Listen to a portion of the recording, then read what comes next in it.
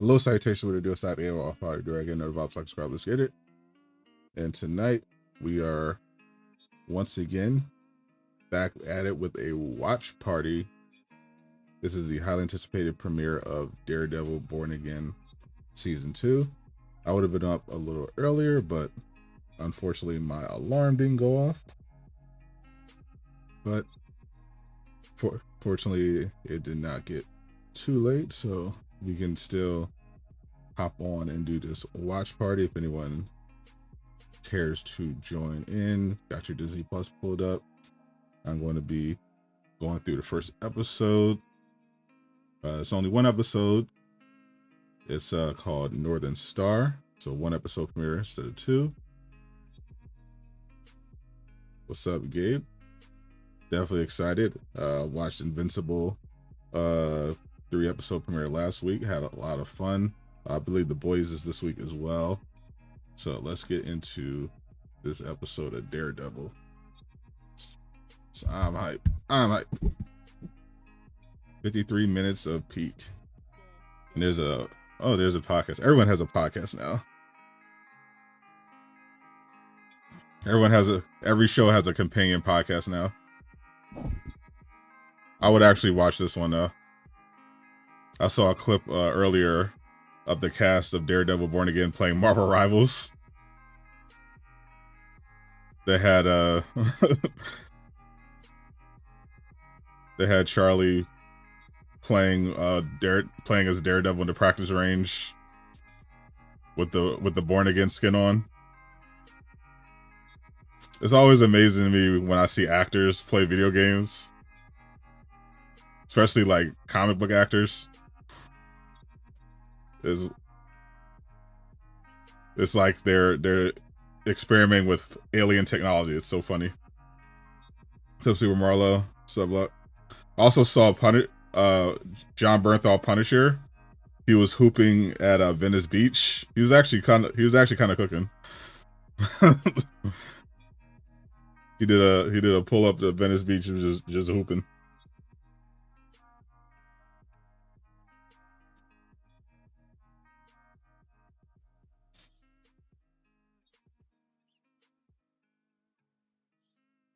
All right, just a little recap.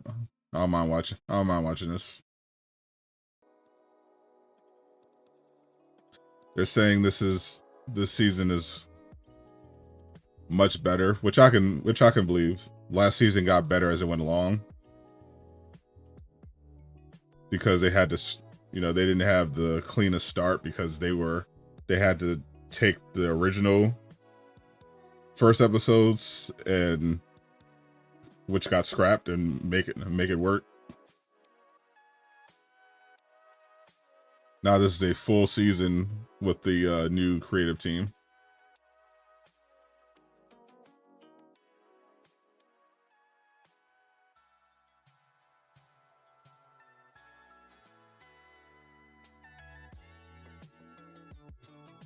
Martial law.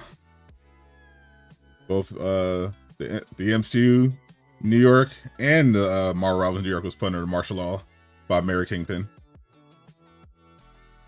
New York Born Again.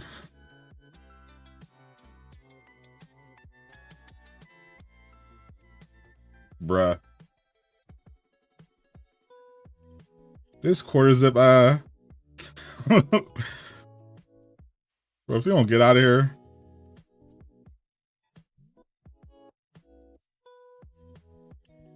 I'm watching right now. Bullseye so likable. I can see that. He's not. I don't think he's likable. I think he's just pretty unredeemably terrible, but he has charisma. I think that's, or Riz as the kids would say. But yeah, he has a certain charisma about him, as all good villains do. Where you're drawn to them, even while they're doing bad things.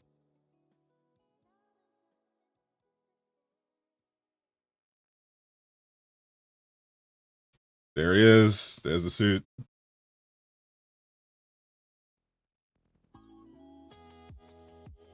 I love the suit.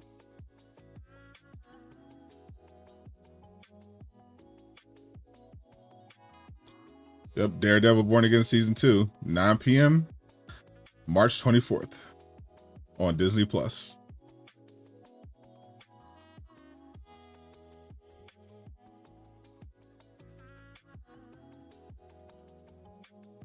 Cooked.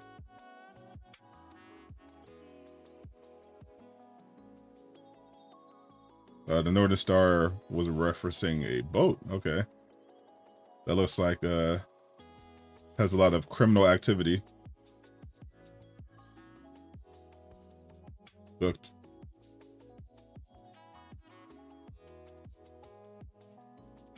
Look at that aura.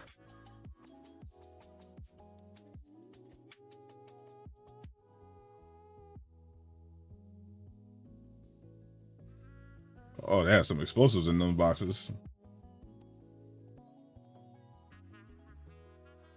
Woo. Oh my god. Daredevil going crazy already.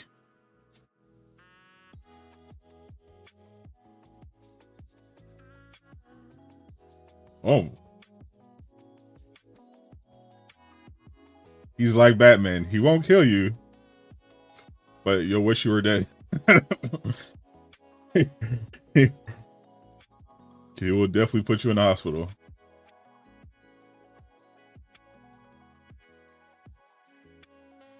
With broken limbs.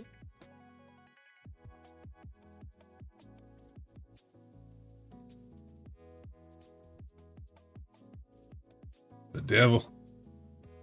It's the devil.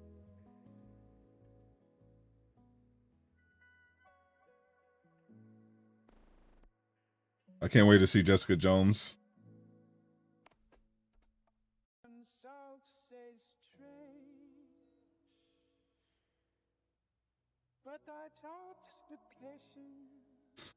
Bye, what's up? Appreciate the 5.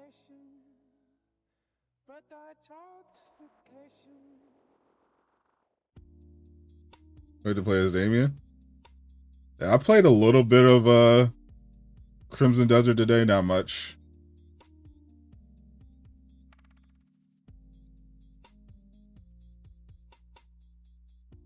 I started on the side quest where you have to light an arrow on fire to unlock the door to the tower. I got a bunch of loot. I gotta go sell some of that stuff. I had to liberate a base. I had to liberate a castle some bandits were occupying first.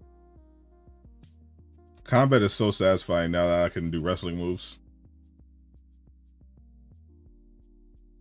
I didn't notice too much with the... They said they made some adjustments to the controls. They're still pretty ass.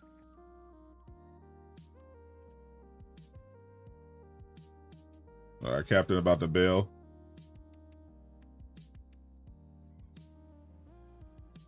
You didn't watch Jessica Jones on Netflix? How dare you? How dare you not watch Peak? Yes, her superpowers are sarcasm and superhuman strength. Not durability, though. Which doesn't technically make sense, but... You can shoot her, but she can also punch you through a wall.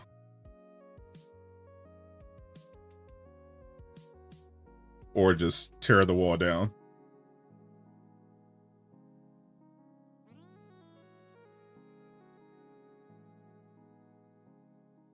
Luke Cage, on the other hand, has super strength and he's bulletproof. Look at this! Look at the aura.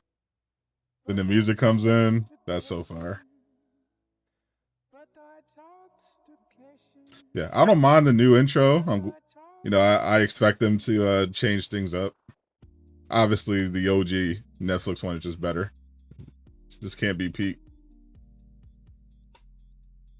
Is there to increase storage chests?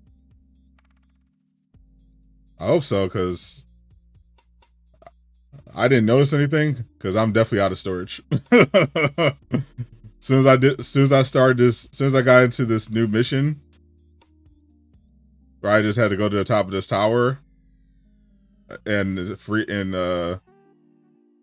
liberated this area from bandits, suddenly I had way too much stuff. Like I gotta go down the hill and sell a bunch of material.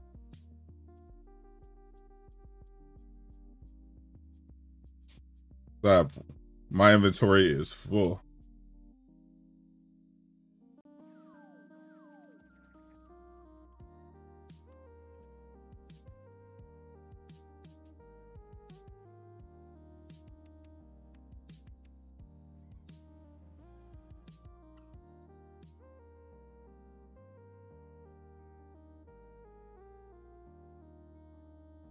Supposed to be at the temp camp and the Green Man's camp.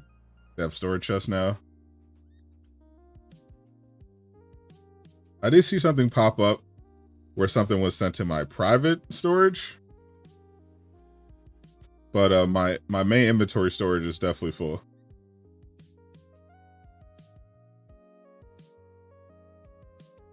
I don't think I even have a temporary camp yet. So I don't even have my so I haven't met the others. And I don't even have my DLC content yet. Appreciate the 5. Come your favorite streamer. I appreciate you, Amani.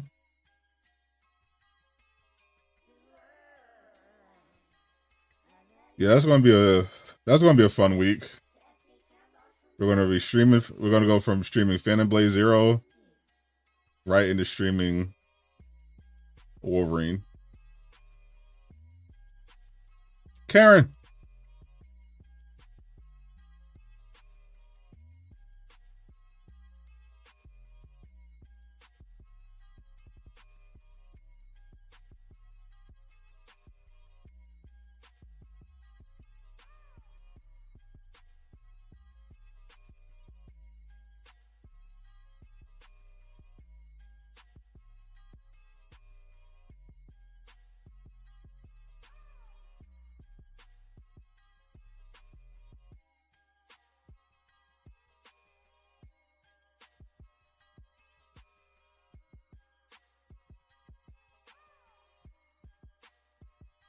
Yeah, get it, Matt.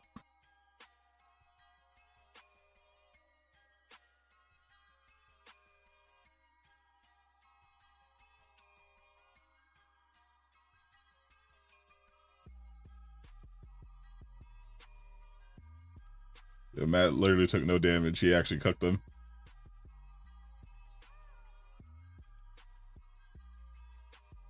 You got upgrade. You have ads on Disney. Tough. Yeah, I have the Hulu bundle. No ads plus Hulu.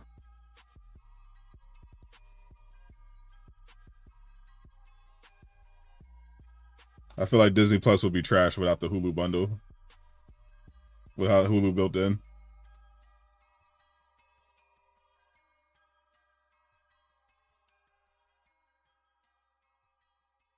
Because it wouldn't be any good new stuff, just nostalgia.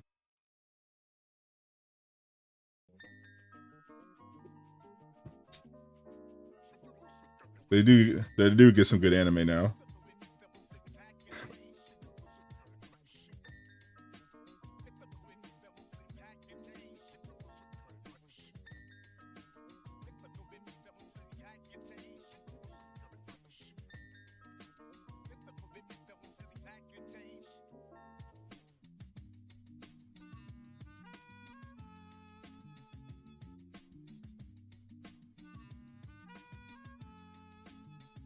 Piss mad.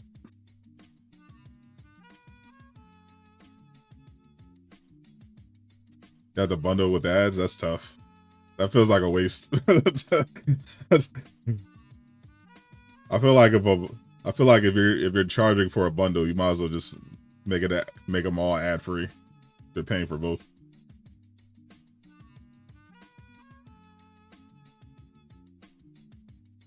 Don't add extra tiers. That's just greedy.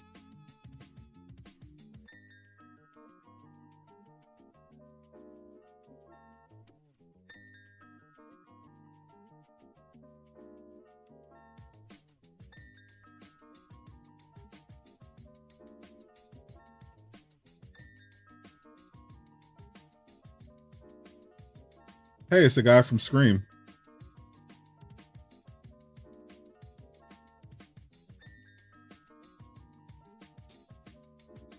Was he the first killer?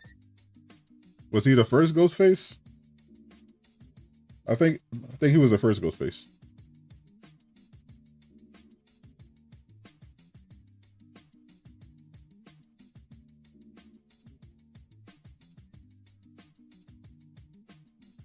Or what are these what are these reports?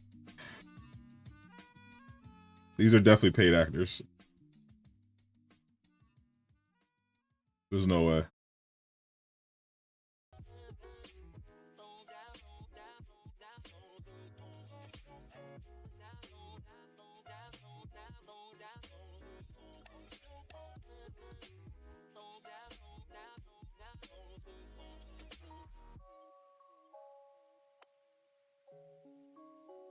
What's up, Laggy? Family. Actress Karen's place of so pretty.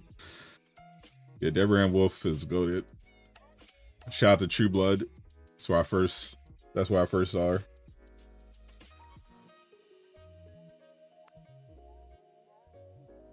Really good show.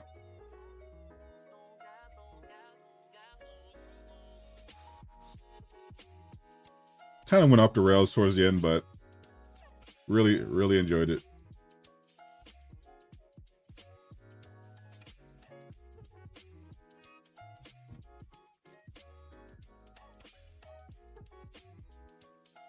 This episode, nope, started about 15 minutes ago.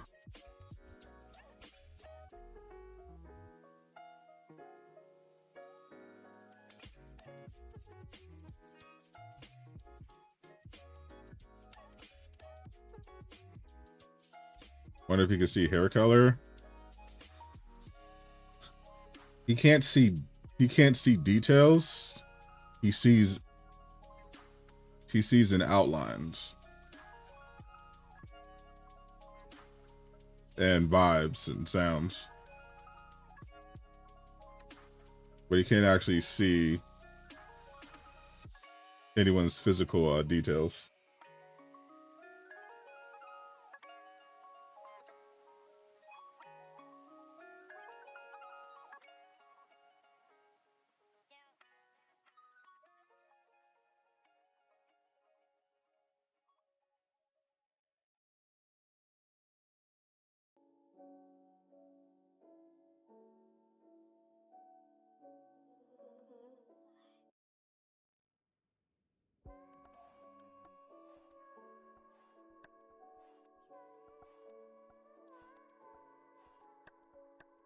Oversight. He definitely doesn't like that.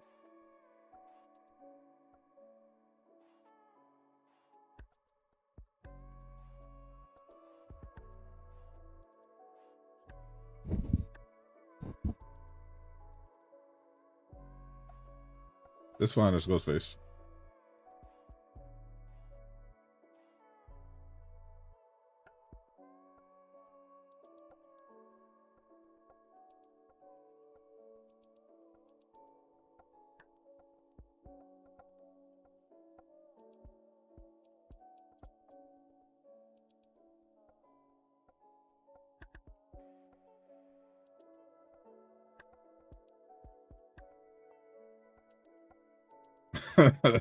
Cooked.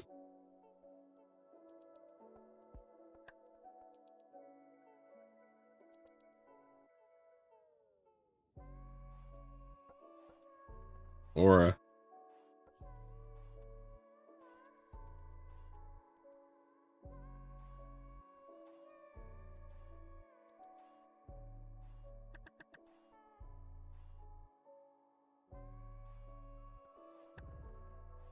Miss DeFontaine.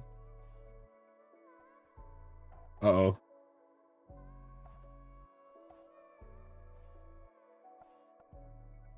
Val has spoken.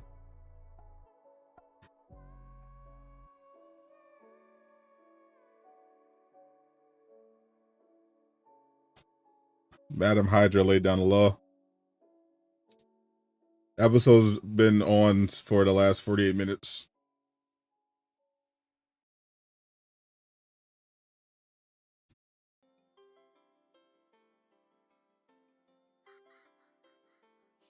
Russell Fisk Jr. to express that's so sleazy. He's like a classic yes man. Ooh, I like the Karen wig.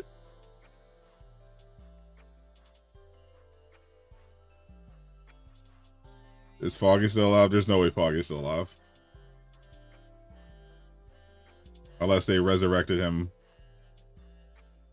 with some Marvel witchcraft.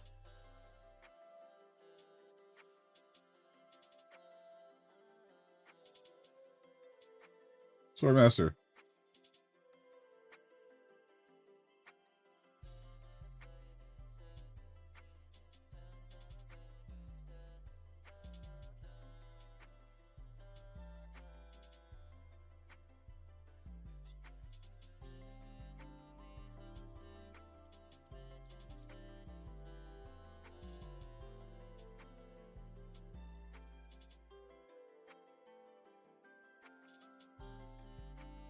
What's the Marvel version of Lazarus Pit?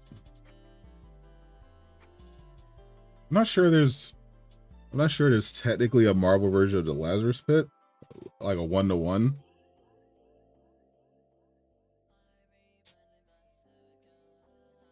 Like the parallels between DC and Marvel would be the Hand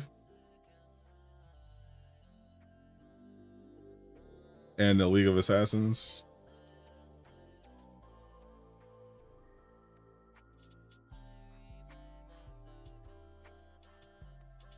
They're not actually known for. They do have some resurrection stuff. I think they have some resurrection stuff they can pull off.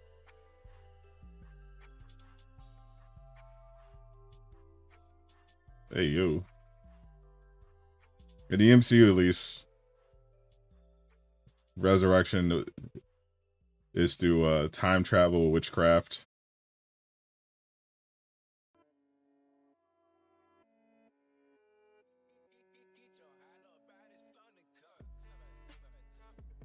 They haven't delved too much into direct revival.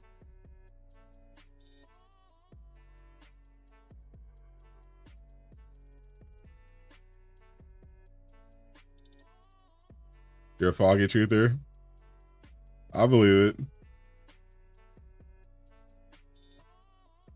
I feel like if this new team had been in charge from the beginning, Foggy would still be alive. Most likely. But I think they just kept it in.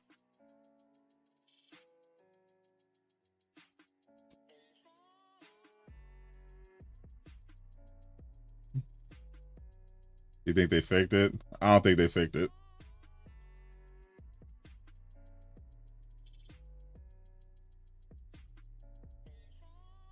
In order for them to fake it, they have to have fooled Matt himself.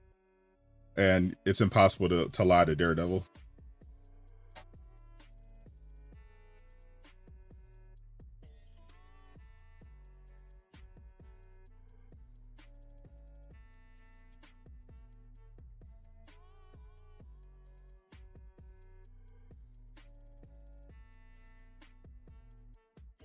Foggy would have to have independently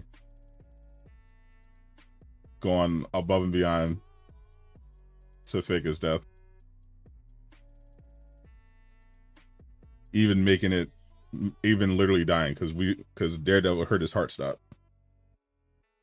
That seems a bit elaborate. I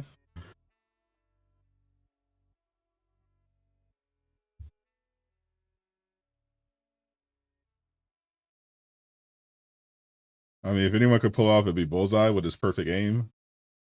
But I doubt it.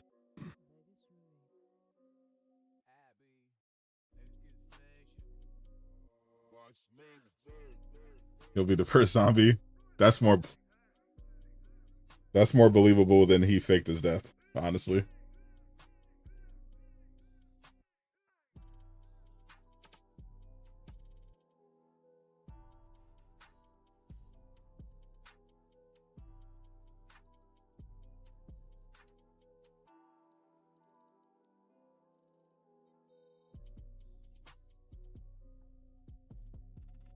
If Matt had the tablet of life and time, he could have saved Foggy.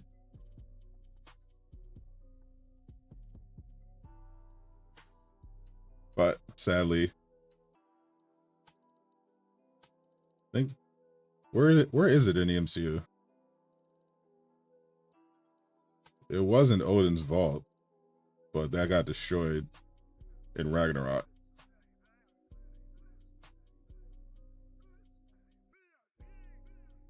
Cooked.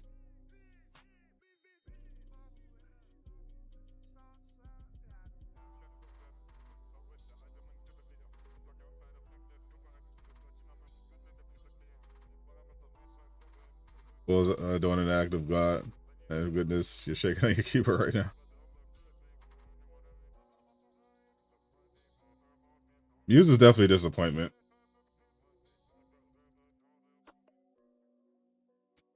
Yeah, I think that was part of like the issue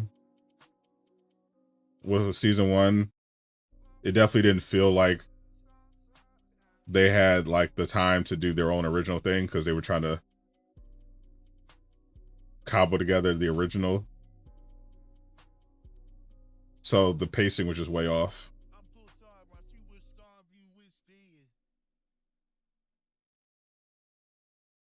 I'm guessing Disney didn't give them the time to like do a whole new season from scratch after they canceled those first 4 episodes and fired the team.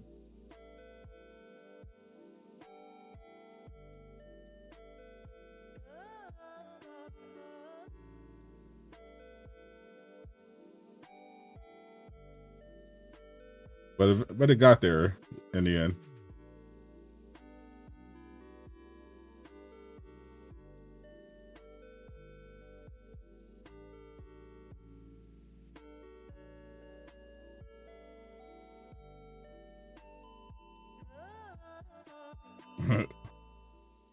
Definitely. TikTok has ruined everyone's brains. Anybody trying to spell? Yeah, it definitely felt Frankenstein a little bit.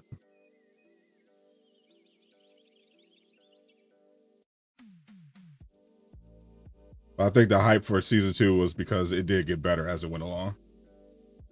Eventually found its footing.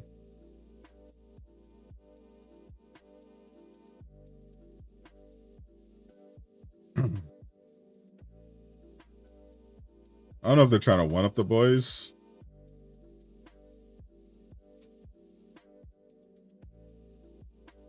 Yeah, you tell them. I think this is just the first season where they're not trying to rework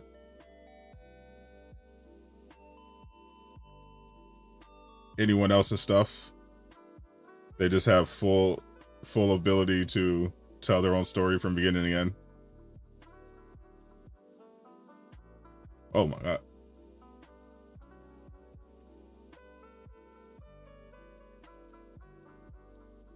Damn. Kingpin's vigilante force is literally just ice. Bro, who is this dude, bro? That has to be AI.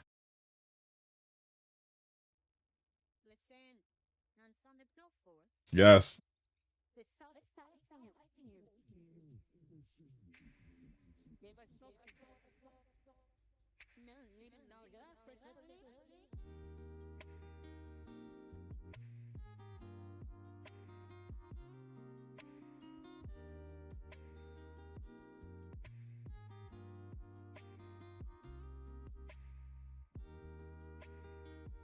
Get him.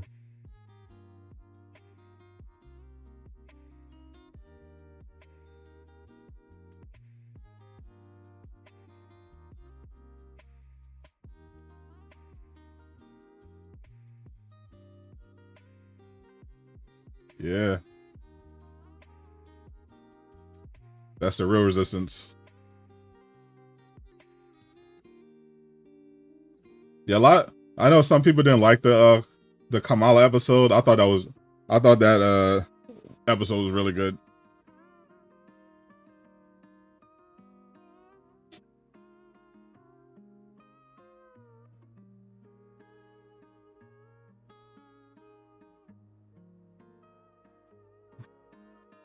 I thought it was a really strong episode.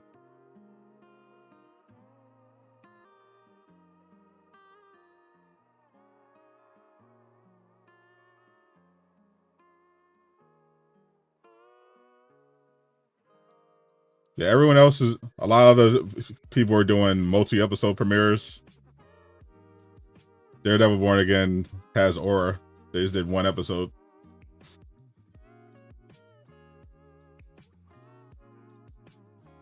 They didn't drop it in the middle of the night.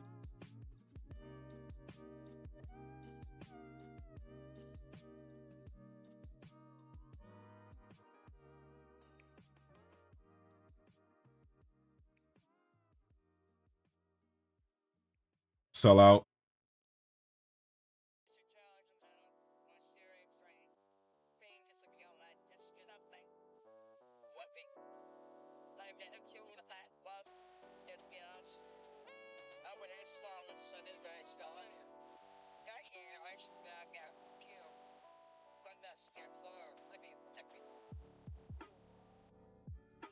He's a really good lawyer.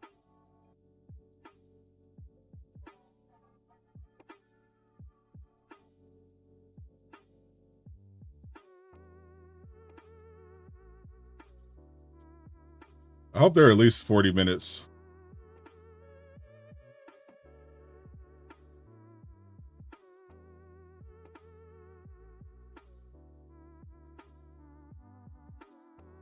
I feel like the Daredevil episodes work when they're at least 40 minutes.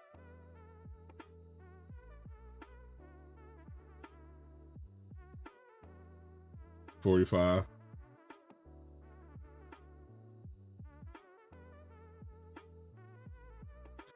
Breath bombs. The season 1 was already mature because they didn't want to, because they recognized that they brought in people that loved the original Netflix one, so they didn't want to censor it too much and ruin the appeal.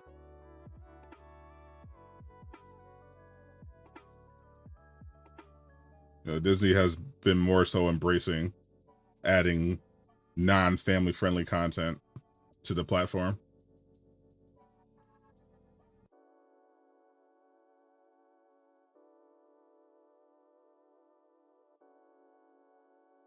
Which is very smart.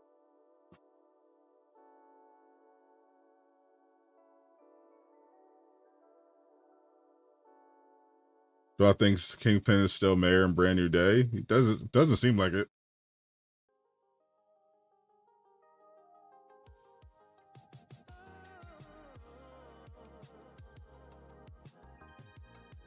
It looks like it either takes place before or after Born Again Season 2.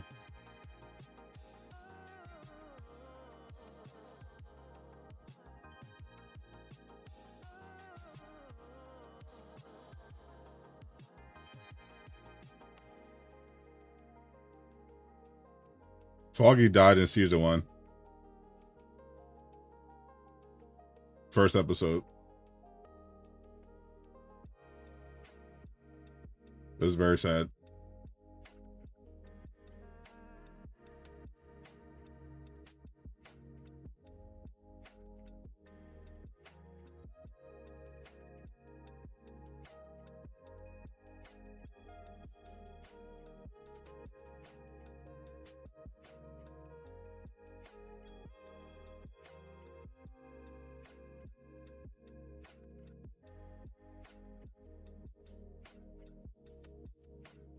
I think he's going to send you home not in the way you were hoping.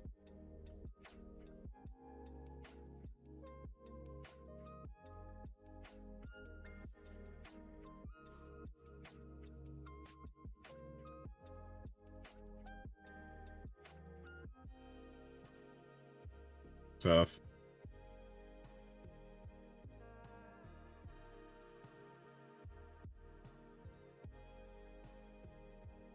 BJ to 5.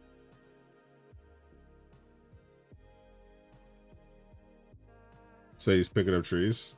Does he eventually pick up trees? I only saw him chopping down some trees. I haven't done that side quest yet, but he looked like he was just chopping them down. And you get injured if it falls on you.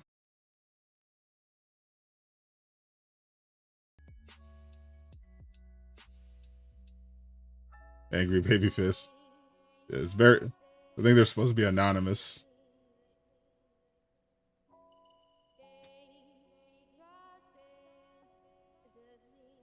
Dal D'Onofrio is very creepy.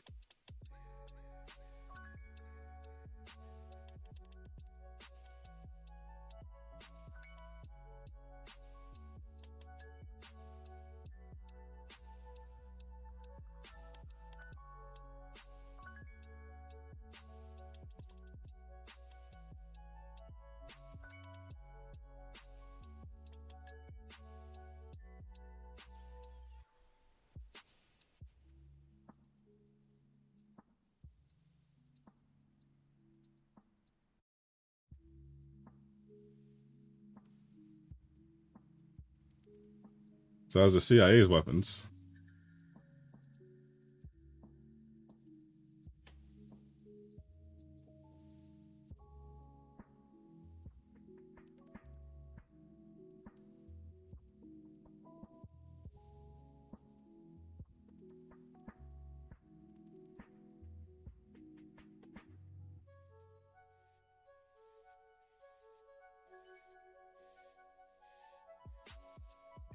Hmm.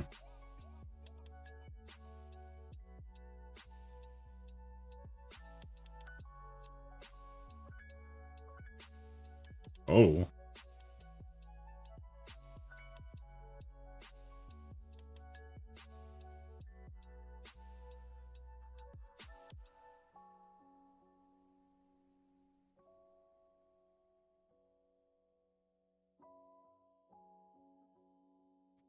Bro.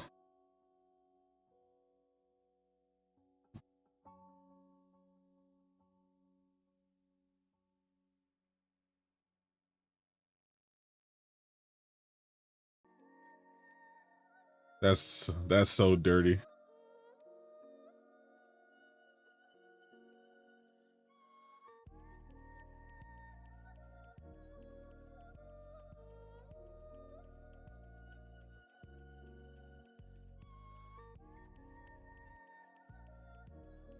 That's so evil, man.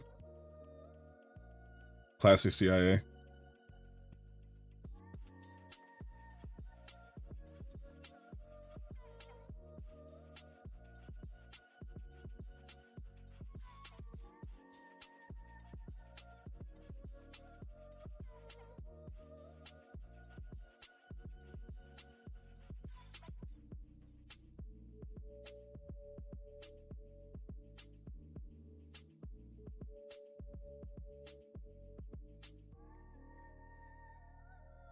Friend zone.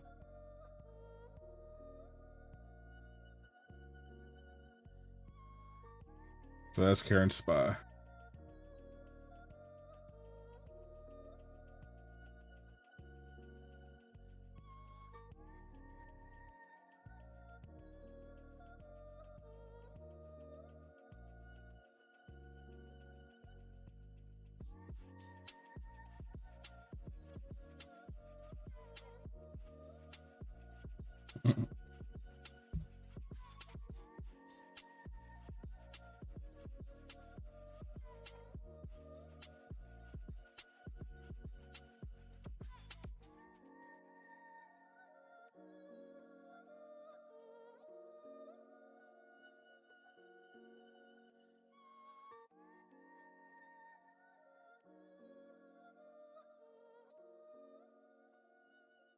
Rip his uncle.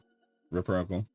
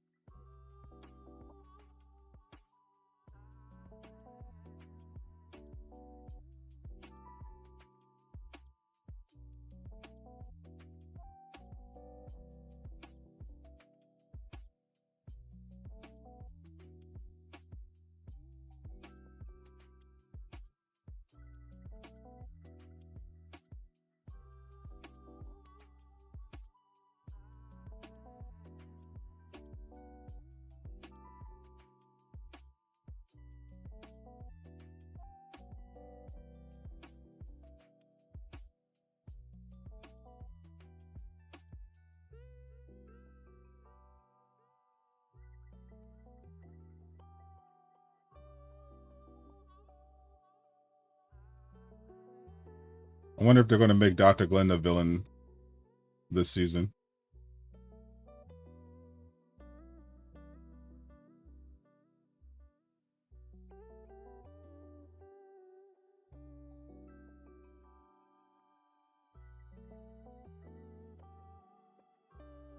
Where does he find these evil henchmen? You'd be surprised. Definitely you can, when you've been a criminal for a long time, you can reach out, find connections, but you'd be surprised how many people are willing to do bad things if you give them a little bit of power and purpose.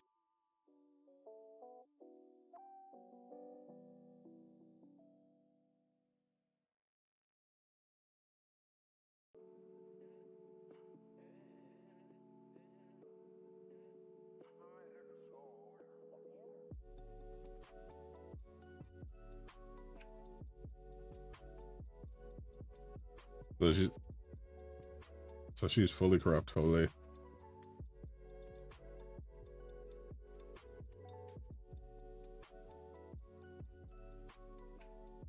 No way he just asked her out.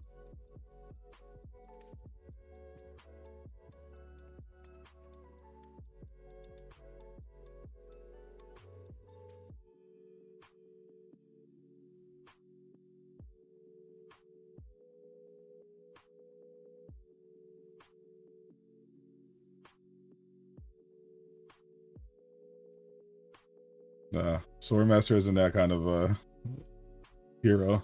He doesn't get his powers from spiritual possession.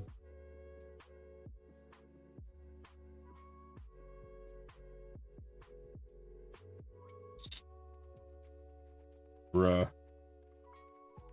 Yeah, she's fully corrupt.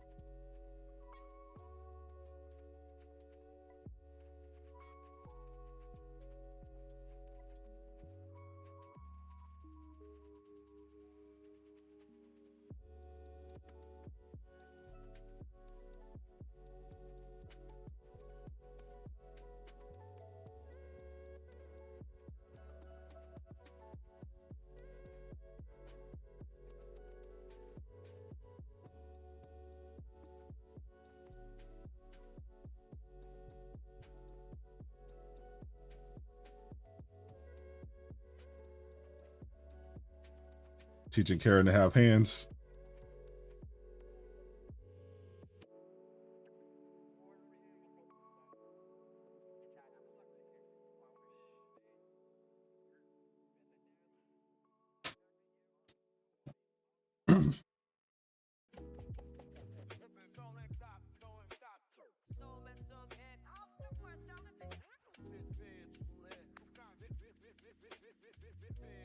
Rip Foggy.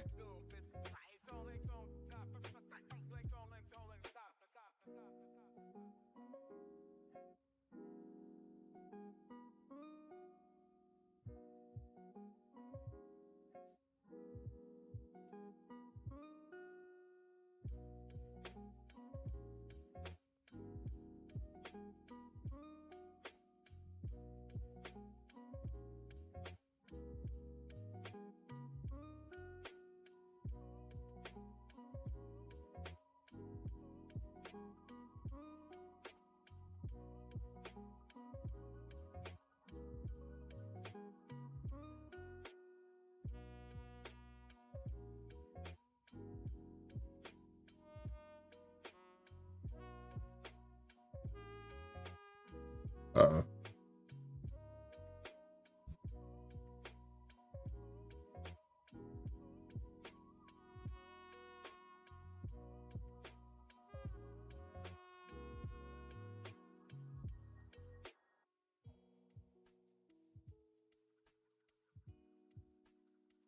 Mm.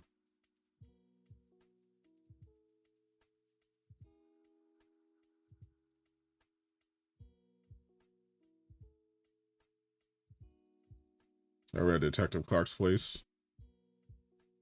Smoke bad guys are the worst bad guys. Oh, I hate them. I hate them.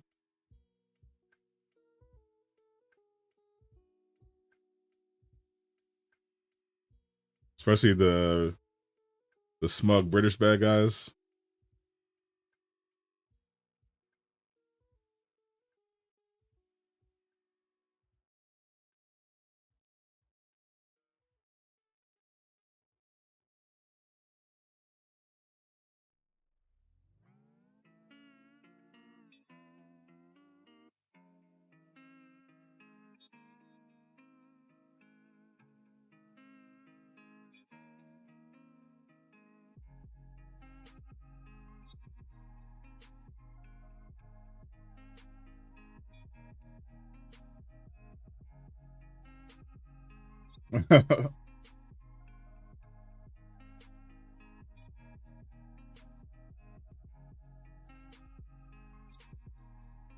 Cowards.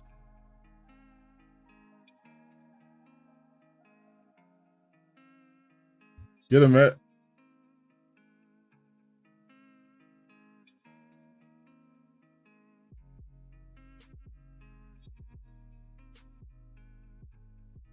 It's,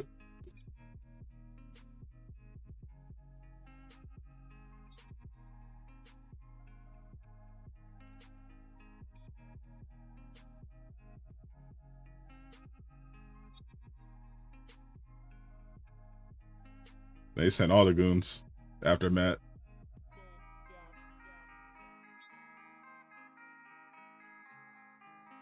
Got him.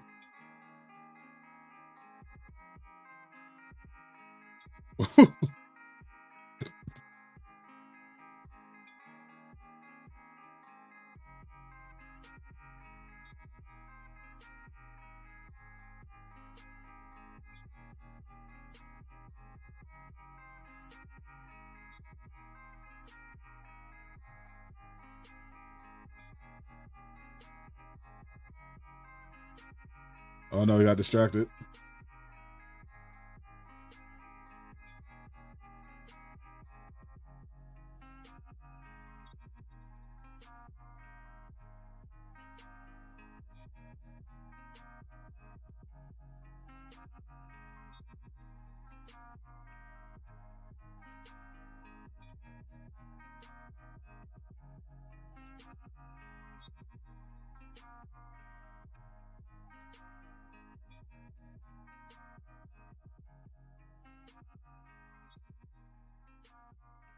He's a really good lawyer.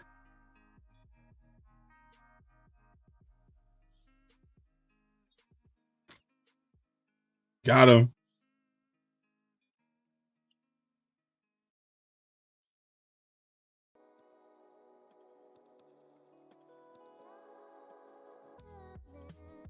You're welcome. Bullseye. Yo, that's a fire. That was a fire ending.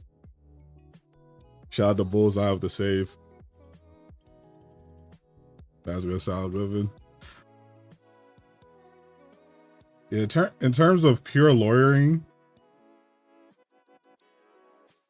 obviously Matt has the advantage being able to know when someone is lying or not. But in terms of like pure lawyer skill, I think Saul Goodman definitely has the edge over Matt. That man knows the law. And more importantly, he's a hustler. So he knows how to get around the law without wearing a mask and punching people. And they have the podcast as well with the showrunner.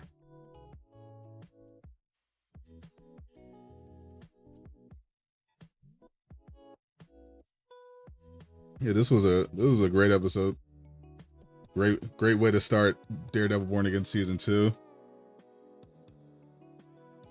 From what Kevin Feige said, they're keeping the show separate from the movies. They're not doing the whole leading things anymore.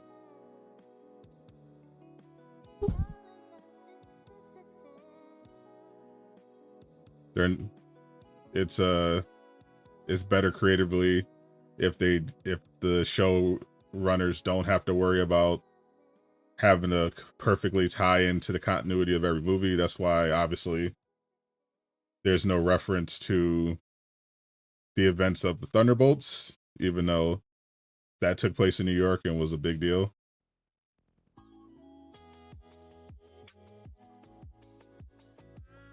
They didn't have the showrunners write that into the script or anything. They're just kind of doing their own thing. Assuming Kingpin survives this season, I think he'll probably end up on the run, because I don't think they want to eliminate him permanently because he's such a popular character. I think he'll, since they established a new Spider-Man, they're establishing a new Spider-Man trilogy for the MCU. I think they'll probably have Kingpin go back to being a full-time criminal. Maybe make him a villain for Peter down the line.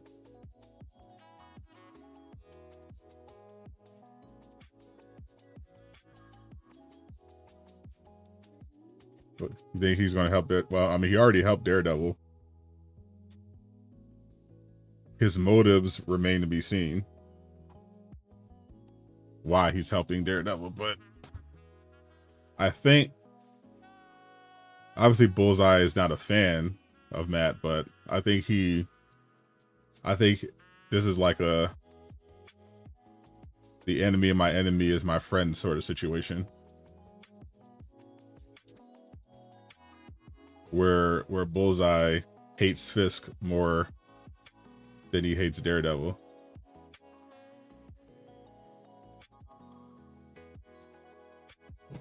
Because I don't even think the MCU Bullseye hates Daredevil that much, really. Like the comic Bullseye has a long hatred of Matt, dating back to when he failed to assassinate him. So he actually hates Daredevil. Bullseye in the MCU kind of just been doing his job, and Daredevil's just been getting in the way. Think he'll end up in a raft? I don't know if he'll end up in a raft, because they tend to only put good people in the raft. that are a threat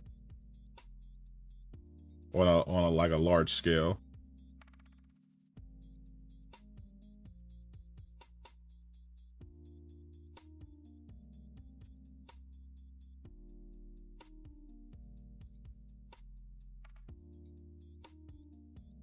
This was bad, yeah. Matt. Honestly, the worst Matt's done to Bullseye in the MCU so far is just beat him up. He just got into the way. Like it's never personal. It was never like a personal thing. They just naturally went at odds. Fisk is really the issue. If Kingpin actually goes through with that CIA goons plan, he's gonna have a lot less allies. They're already setting the groundwork for it.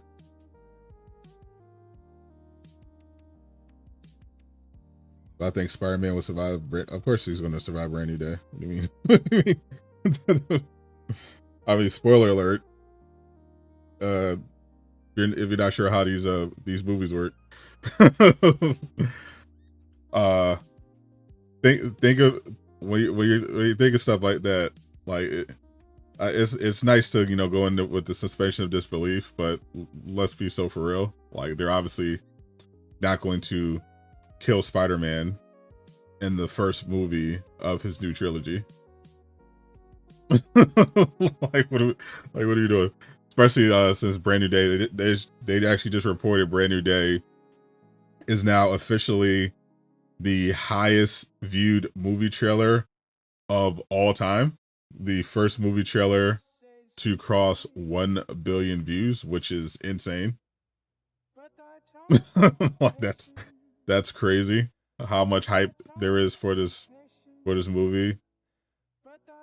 Yeah, Spider-Man is supposed to be appearing in Avengers Doomsday / Secret Wars as well, one or both of those. So yeah, like everyone is, yeah, he is, going to the movie with your suspension of disbelief. But obviously, if you step back and look at it objectively from a business standpoint, they're obviously not going to kill off a bunch of major Marvel characters right before they have 2 huge Marvel team-up movies, bringing back all the Marvel characters. With Doomsday and Secret Wars, everybody's going to be in it. So you could definitely count on all the major people: Spider-Man, Hulk. Everyone's going to be a part of Secret Wars and Doomsday. The actual question is who is going to survive Secret Wars, because they're going to be moving on after that to the next phase of the MCU, where they're going to be rebooting. Basically, they're just going to hit the reset button on the MCU after Secret Wars, and they're going to recast some characters, replace some, and they're going to be focusing more so on the X-Men for the next phase of the MCU after Secret Wars is over. They definitely teased his transformation into Man Spider during the Brand New Day trailer, but I don't know how much they're going to commit to it, like, by the end of the movie. Oh yeah, the possibility of Peter going face to face with Robert Downey Jr.'s Doom. Yeah, people are locked in for sure. Spider-Man Brand New Day and Avengers Doomsday probably both gonna go over $1 billion at the box office for sure. Definitely Brand New Day. Spider-Man movies just always pop off, but yeah, this one has more hype somehow than even Brand New Day. I mean, even No Way Home, and that was when pretty much everyone knew that Toby and Andrew were going to appear at some point. They just didn't use them in the marketing. But that first trailer for Brand New Day was just so good. Like, not just the fact that it had, the Hulk and the Hand and Punisher. I think they definitely chose the right director. The Shang-Chi director, because my biggest issues with Shang-Chi was mainly the writing. I didn't like the characterization of Shang-Chi. Obviously, Awkwafina is annoying, and I thought the third act was kind of lagging, but that guy knows how to direct some action. Holy. And you kind of showed it off a bit in the Brand New Day trailer, because there's some amazing shots in that trailer.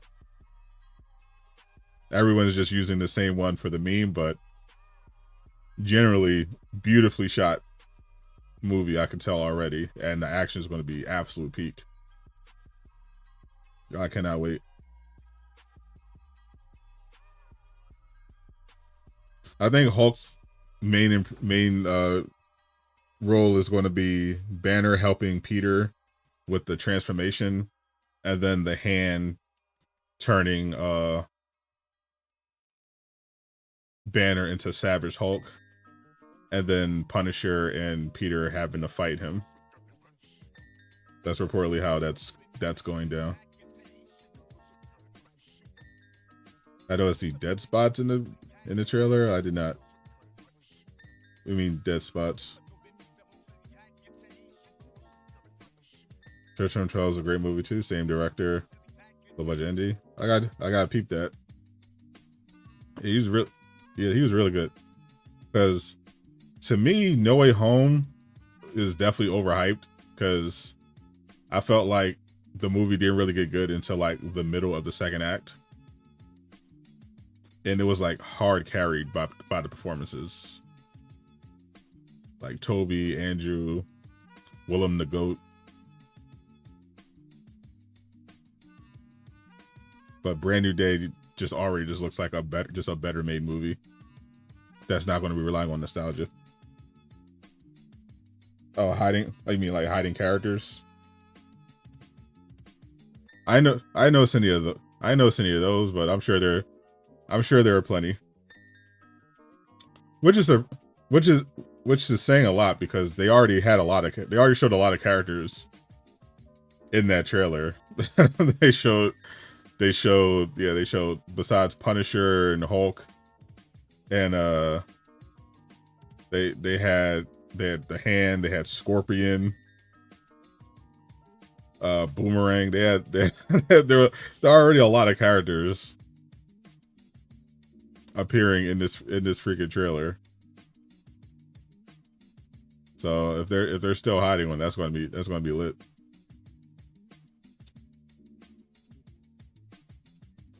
Watching Spider-Man interact was the best part of the movie. That was when soon as they came through the portal, my whole theater just went crazy. so as I saw Andrew come through the portal, I started screaming, bro. I was like, oh, Andrew. It was so lit. To me, that's when the movie like really started. Once we had all the Sony crew there, Toby, Andrew, and Willem, that's when, to me, the movie actually started. Because everything else up to that point was kind of goofy as hell. I'm not gonna lie. I was like, what is this movie? I did like the Daredevil cameo. That was fun, but everything else was like, what is this movie, bro? That was low key ass up to that point. Hand, we're looking at different spaces in the air, not just Holland Spider-Man. Interesting. I wonder who's going to be fighting with Peter against the Hand. Not that Peter should need that much help to fight the Hand. They're ninjas, but he's Spider-Man.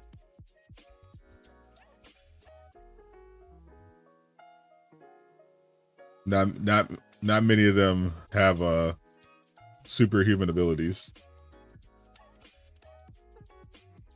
I remember in the Netflix Marvel series, one of the leaders, the old one of the leaders in the Hand, he whooped Luke Cage's ass with some Tai Chi or something.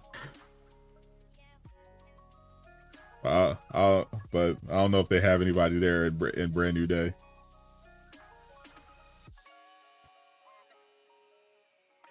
So Peter does have to be careful though. The Hand are pretty tricky, and we saw they're going to be using a mind control. I'm assuming that's what they're setting up.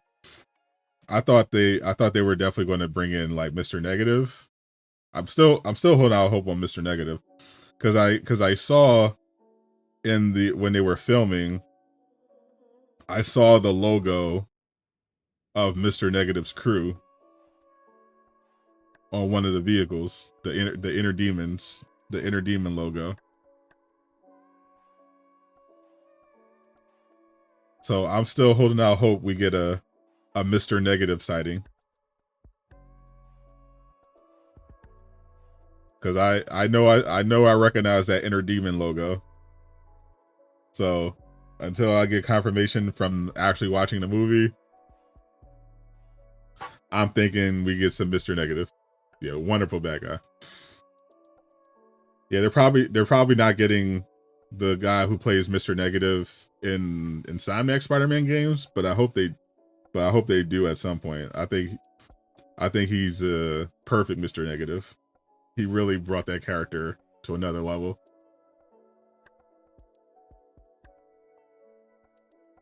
Think Red Suit Daredevil. Pretty sure I saw they said that Daredevil will not appear in Brand New Day. I mean, they could be lying, but I did see it reported that he will not appear in the movie. Like they could be lying, because they're like, leakers, they're trying to preserve some kind of surprise. But from what I read, he's supposedly not supposed to be in the actual movie. but that it could be something they're trying to make a surprise.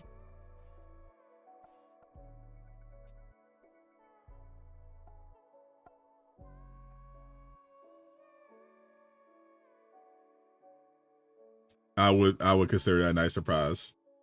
Going into the movie with the expectation that Daredevil doesn't show up.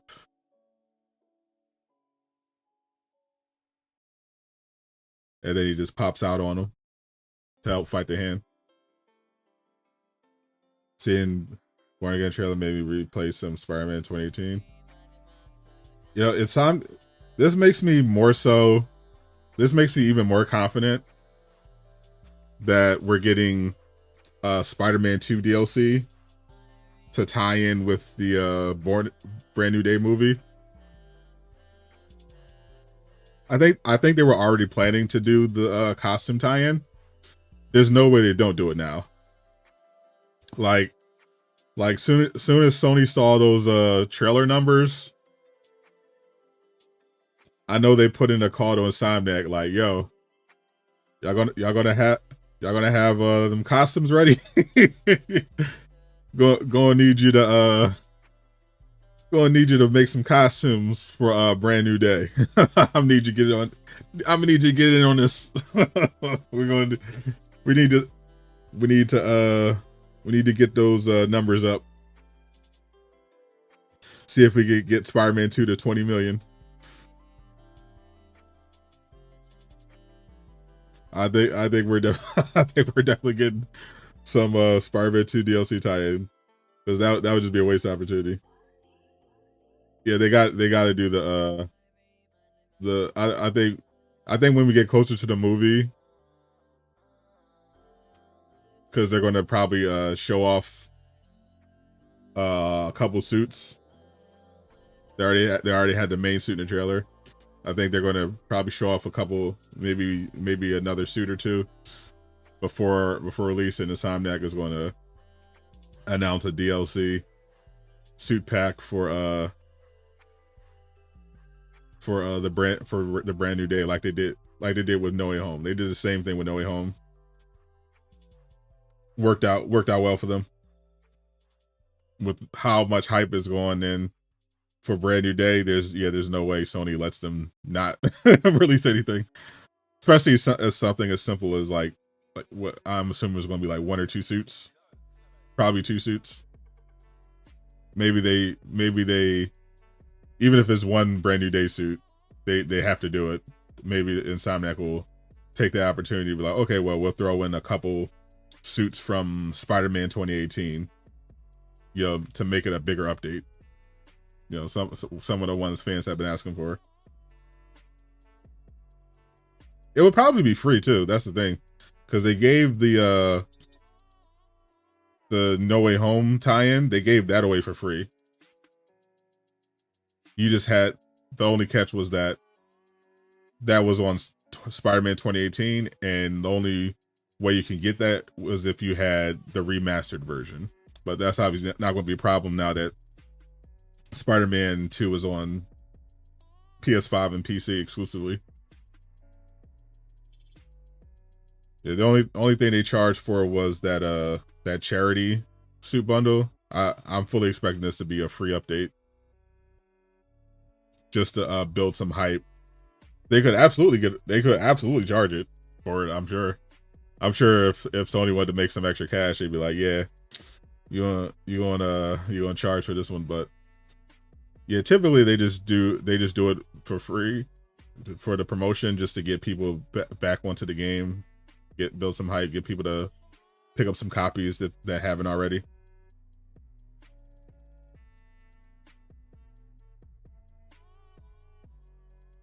So missing Shogi piece, yeah. I don't think they're going to change it up too much, but you never know with Sony. Sony just closed down another studio.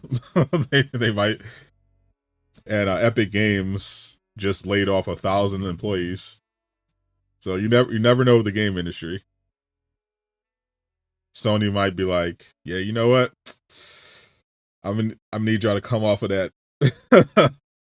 I'm gonna need about $5 for this Brand New Day bundle. Great advertisement. And you know what? People would buy it, and it would be worth it. $5, $5 for a brand new day bundle with Spider-Man 2. You bet it. you bet it's selling. There are definitely going to be people mad about it, but you better believe they're buying it.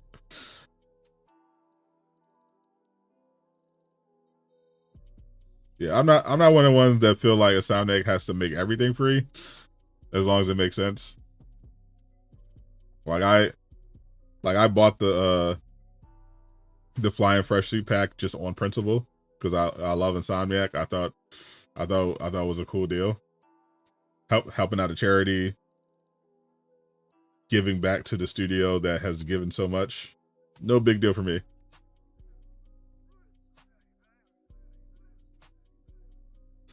But for the brand new day bundle, I'll definitely be all in on that one. That's just no brainer. Too bad there's not a Daredevil game. This would be like a great time to announce that. Yeah, they're definitely ugly, but in like a nostalgia way. Like it reminds me of something you'd see at the Fresh Prince of Bel-Air.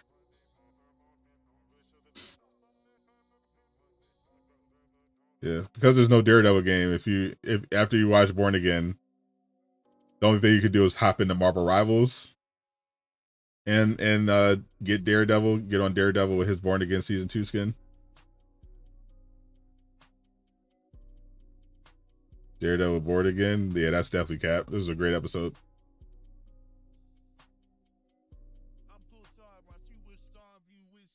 Definitely shout out to Insomniac. Yeah, I saw the chuds were like hard coping about season 1, but season 2 definitely off to a great start. Yeah, that game will play Sifu with mods on.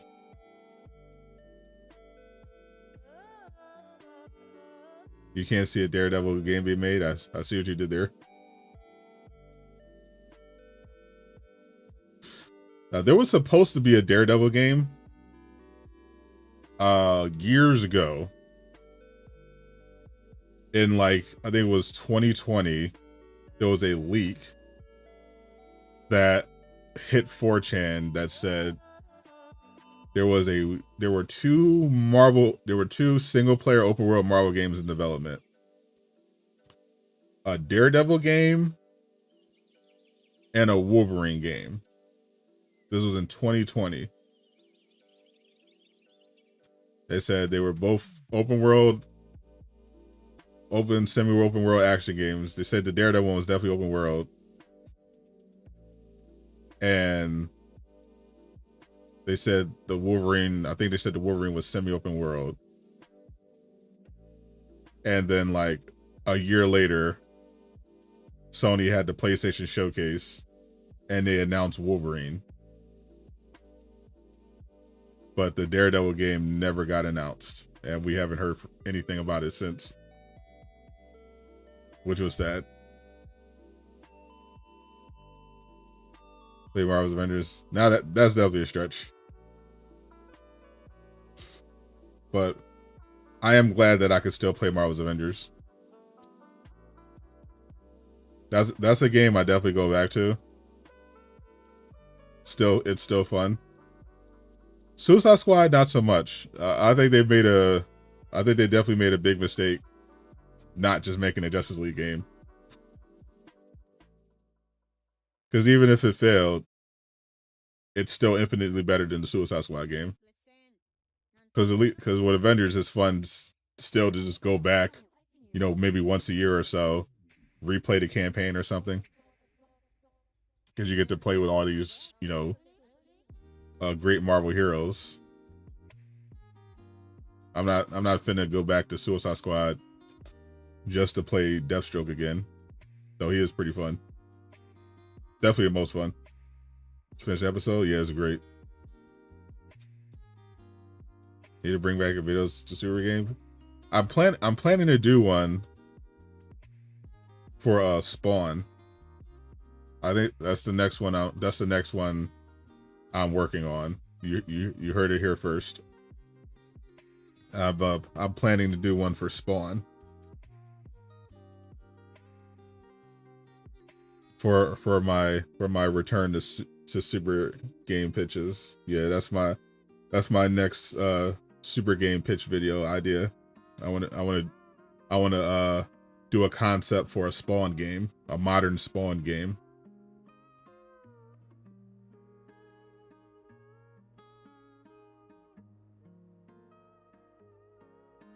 I feel like we're definitely way past due for some more Spawn content.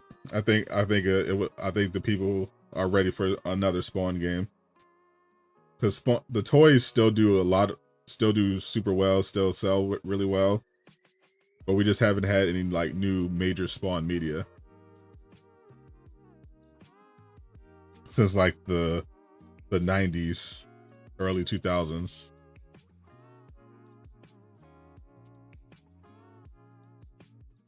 I just gotta sort through the ideas, because they used to be everywhere. They had the live action movie with Michael Jai White. They had the animated HBO show. They actually had a video game which I played and it was very good.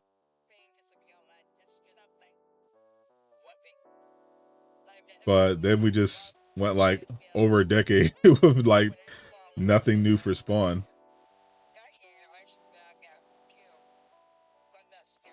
Michael Jai White make a great Bishop. I could definitely see that.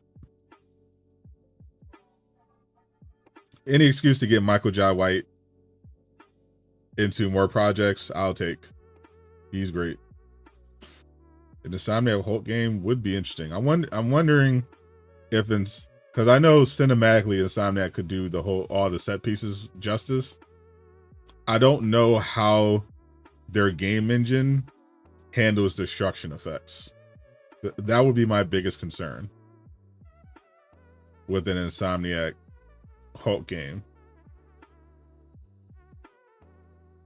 because I feel like you can't have a Hulk game without like being able to like destroy large amounts of the environment. Like it's just kind of a requirement. And Insomniac's game engine is really good, but it doesn't have that much environmental interaction.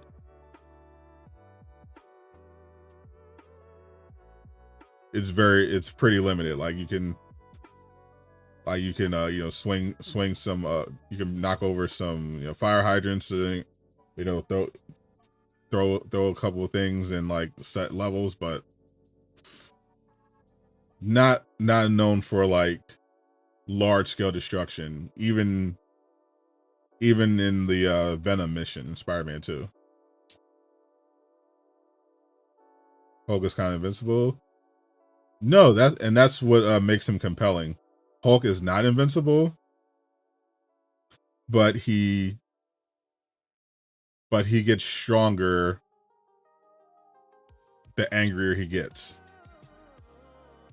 He's very much someone you can hurt with enough force, especially if he's not at that level of anger. But it's fun seeing the ramp up. He needs to be able to triple jump across. Like I think they would nail like all those aspects, the set pieces, the traversal, the combat. I'm just not sold on if their engine can do like environmental destruction the way that it needs to be done.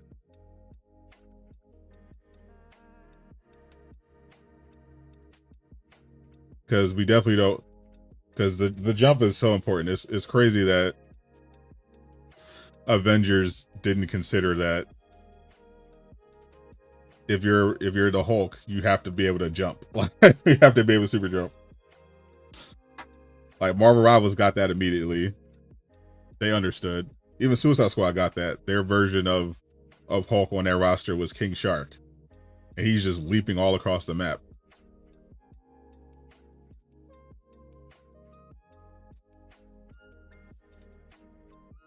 The fact that Hulk is like was barely like clearing cars is like crazy.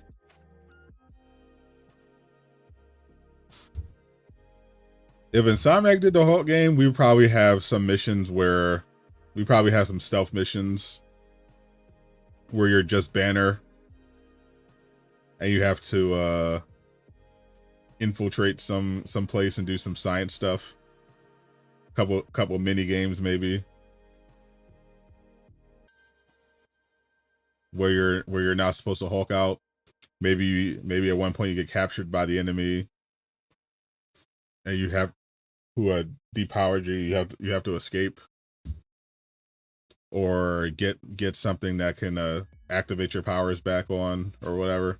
I'm sure they throw in a couple of them, but a Hulk game should realistically be mostly just Hulk. not too much.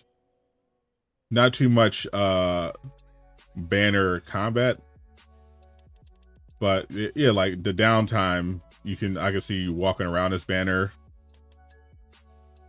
doing some story stuff, and then hitting the transformation button when it's time to Hulk out.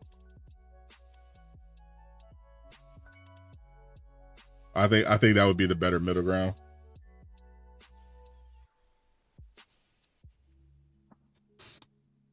But you definitely don't want to have a Hulk game where you're spending like half of it as Banner. Like like nobody wants that. No, the biggest appeal for a Hulk game is like the freedom to leap around the map, breaking stuff as the strongest there is.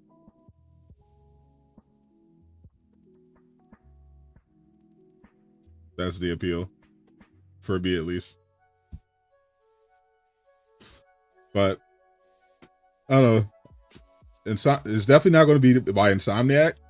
They're busy with Spider-Man 3, X-Men stuff. But if we do get a solo Hulk game, it'll probably be from EA, assuming the Iron Man game comes out and does well, because that's the only one I know right now that has a Marvel license for single player games besides Insomniac and Arcane Studios. Yeah, don't come in as I've heard it compared to like a Hulk game. Yeah, a Nintendo Hulk game.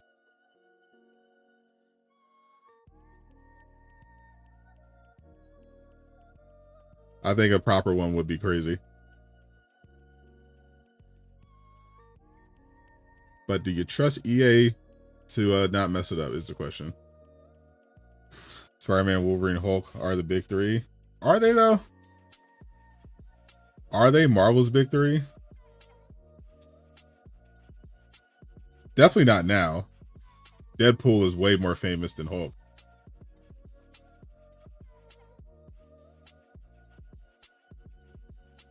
After the MCU, Iron Man shot up in popularity, but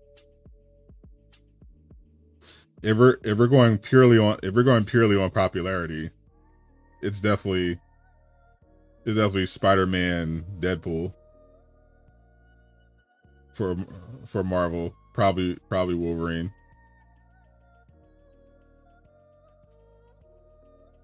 Or Iron Man is.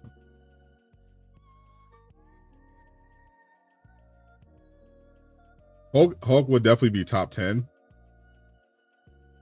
I don't know if he's top 3. Because the MCU has definitely inflated a lot of characters' popularity.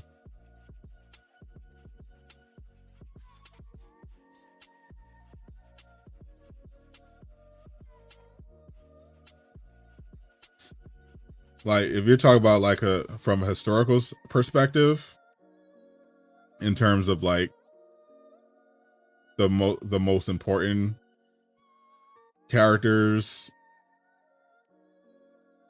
in like Marvel comic history, I don't think Wolverine would necessarily be would be big three. Because like the big three for DC is obviously Batman, Superman, Wonder Woman. You know, because Superman was the first superhero, modern superhero. Wonder Woman was the pioneer for female superheroes, and Batman just hard carried, you know, the comic industry on his back. They're like the foundations of DC. Whereas the foundations of Marvel are like obviously Spider-Man, but beyond that it gets a little wonky. Cause like you had the Fantastic Four in the beginning, but you also had Captain America,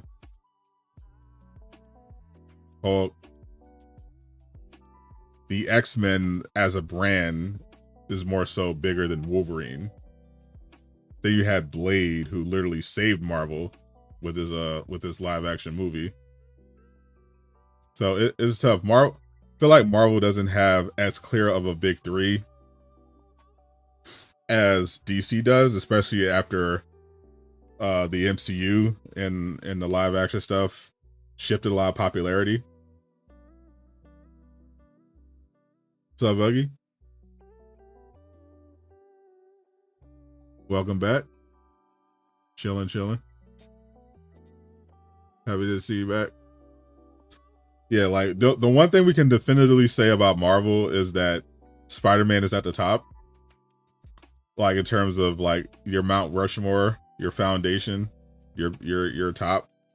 The rest you can definitely make a lot of arguments for. Like in the modern era, you know, post MCU, it's like you could say you could put like Deadpool and Iron Man right there.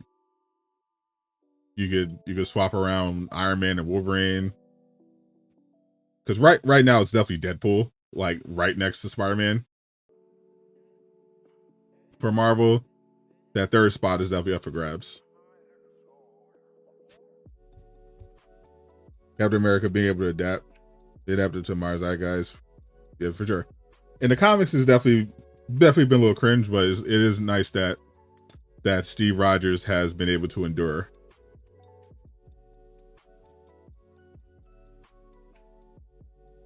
Oh yeah, that's definitely the last time we were on Split Fiction. Yeah, I was live. Last time I was live was Friday for Marvel Rivals season 7 launch. I was gonna go live for the Brand New Day trailer, but they put that out way earlier than I thought they were. I thought they was gonna go live at like 8 a.m. and ended up going around at like 7. So I was like, damn. But I definitely want to be doing these weekly watch parties for Daredevil season 2. That's going to be something. That's going to be something I keep doing. Another thing about Dune. I read the books. I read a little bit of the first book when I was a kid. It's a really beloved hard sci-fi series. Very hard sci-fi. If you're into that, it's not like accessible sci-fi like Star Wars, but really well done. But yeah, it was a big deal. A lot of people loved their Dune, so it was a big deal when they adapted it to a movie again. I watched the first movie. Lot of critics loved it. A lot of people loved it. I thought it was a little slow, and I didn't like how, because they split it up into multiple parts. They split the trilogy up into multiple part movies. But I didn't like where the first one ended, because it made the movie feel incomplete. It felt like the movie was literally ending at like the end of the first act in the plot structure.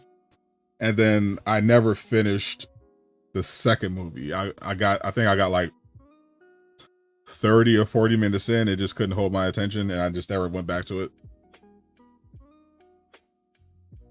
Redo is a great way to cure your insomnia. Yeah, great watching it too. Like, I think I'll probably go back at some point because Dune 3 is coming out. Maybe I'll go back and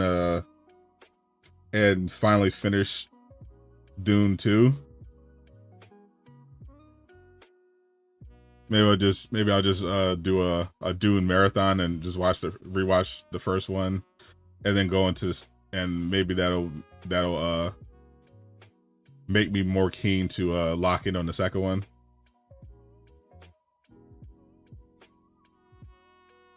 It just felt so it just felt so slow, but the first one eventually did pick up. It got really good, but it was definitely, the pacing was definitely a little bit of adjustment for me, and again, I didn't like the ending. They're beautifully shot, but yeah, pacing and script wise, I wasn't a fan. Like beyond, like Into the Spider, like the second Spider-Verse movie, I thought, even though it ended on a cliffhanger, the way they structured the movie it was still satisfying, because it felt like you went through a full 3-act structure, even though the story technically isn't over and there's more to it, and it had a cliffhanger. Whereas it felt like the entire first Dune movie was just the first act. It was just like the first act. And so the ending didn't feel satisfying. Yeah, there's a lot of high profile people attached to it, because it's one of those prestige sci-fi. Like, you'll see a lot of actors be like, kind of like hold their nose and do Marvel movies or whatever, because they're like superhero, but science fiction, the sort of science fiction Doom engages in, is considered highbrow art, because they're not running around in capes and tights or whatever, and the writing tends to be a little more pretentious. So it's just like, oh well, yeah, that's superhero stuff, but this is science fiction. This is art. Over here, they kind of do that whole thing. It's literally Shakespeare sci-fi. Timothée Chalamet would have been a great Peter Parker. Oh yeah, he would be. He actually, you know what? He actually would be great in the MCU as. He would actually be a really good Harry Osborn if he were to ever express interest in the MCU. I think seeing Timothée Chalamet's Harry Osborn play off Tom Holland's Peter would be like really good. I would definitely show up for that one. I think that would be W casting if he wanted to go that route. But I don't think Timothy's going to go Marvel. Sorry, man. He has a look, and obviously he's a great actor. Gabe is officially standing Dr. Sinister. He just has that look, like a less problematic James Franco.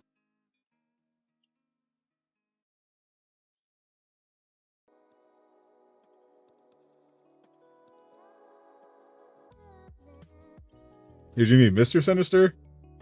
I don't think he has a doctorate.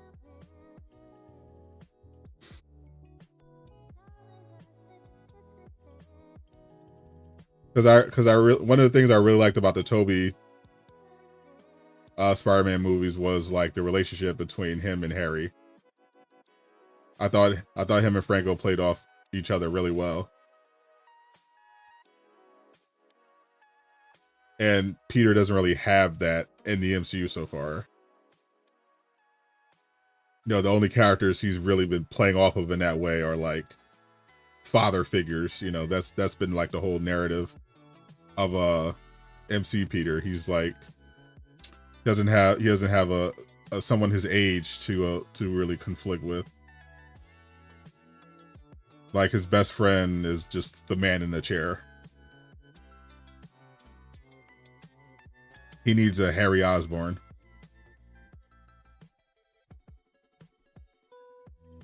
Yeah, a lot of people want Carl Urban as Wolverine. I could definitely see it. I've seen the Photoshop and fan casting. He could definitely pull it off. I think that obviously they're going to be using Hugh Jackman until he's 90, but that first casting for Wolverine is going to be so important. Because if they mess it up, it's going to be bad. Because they're building the casting is going to be so important because they're building their whole next phase of Marvel around the X-Men. They can't mess the casting up. I think Majors is done in the MCU. I think actually wait a minute. I was gonna say he was gonna potentially have a comeback because he started doing the rounds. He had his new movie out. But I just remember I read that Majors is doing a Daily Wire movie.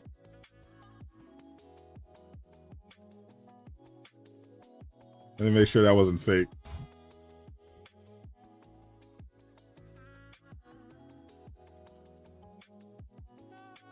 Yeah, he's doing a Daily Wire movie, so yeah, he's definitely not coming back to this. He's definitely not coming back to the MCU. If he's doing Daily Wire movies, he's definitely not coming back to the MCU. That's over with.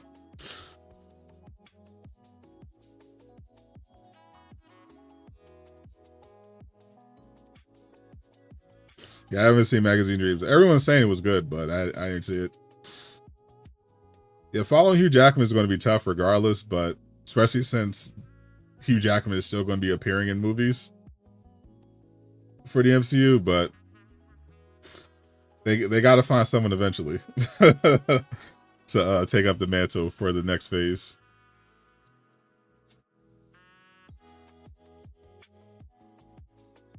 I'm looking forward to seeing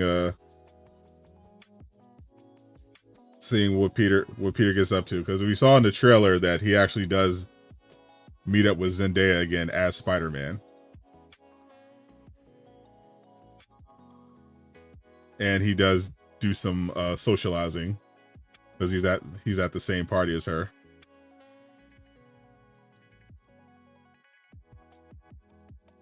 Who's more dangerous, Darkseid with the anti-life equation or Thanos with the Infinity Stones? I think technically just in terms of the comics, the Infinity Gauntlet is stronger than the anti-life equation. Yeah, they definitely was tight for sure. Do you, sis? Not hating. Congrats to Mrs. Holland. Her replace Wolverine needs to kill Wolverine in some dramatic. No, that'd be insane. No, I don't think they should get ahead of themselves. They still got to have Hugh until he's 90.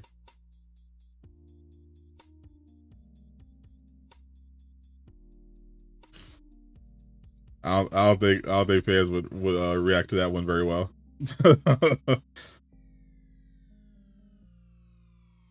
That would definitely be pushing it, especially if it's not a Wolverine like people like love, casting wise. Is it my fault we never got Justice Unlimited season 4? I was a child, so no. I had nothing to do with it.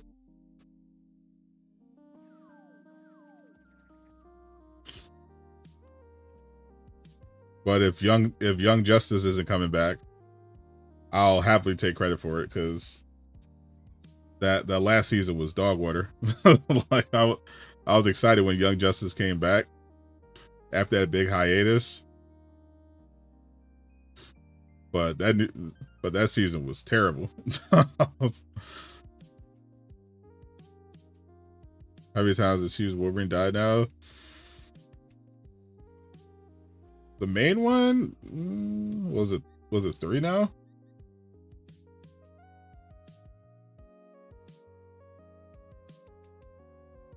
Three? He died 3 times?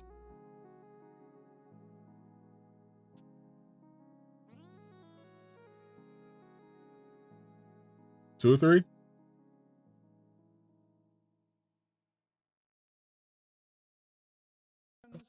Or unless we're counting variants, because it's different we're counting variants. I think the timelines got wacky in the Fox X-Men thing, but I think technically that Wolverine died once at the end of Logan.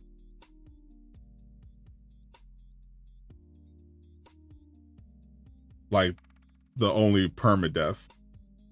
And then in Deadpool and Wolverine, the Hugh Jackman that we see that's fighting with Deadpool and working with him throughout the movie is one that he pulled from a different timeline.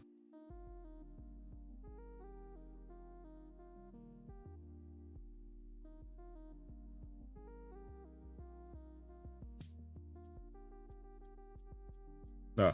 The first 2 seasons of Young Justice were perfect. I thought they were amazing. 3rd season I thought was okay. 4th season I thought was ass.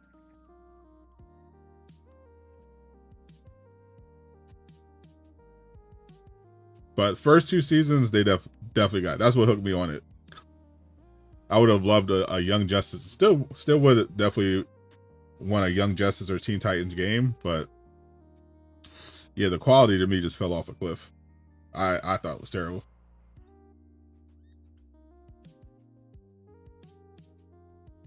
I was not feeling it past seasons 1 and 2.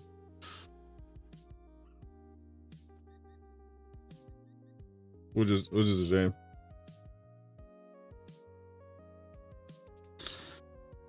Yeah, for sure.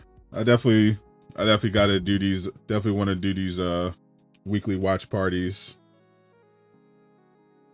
How many episodes is Daredevil Born Again this season?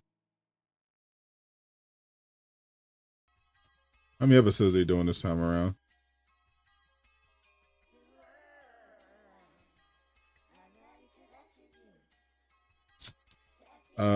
It's like 8 episodes.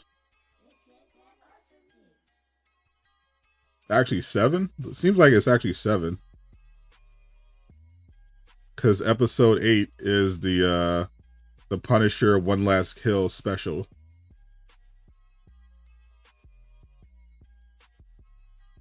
So it's 7 episodes, and then the Punisher special.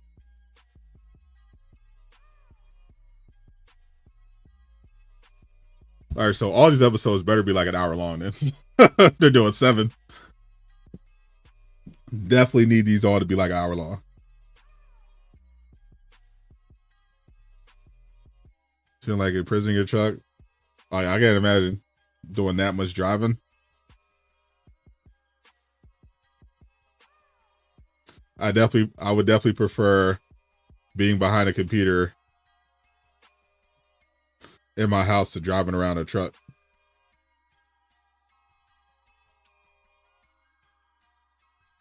Dispatch? I'm not expecting Dispatch until like next year.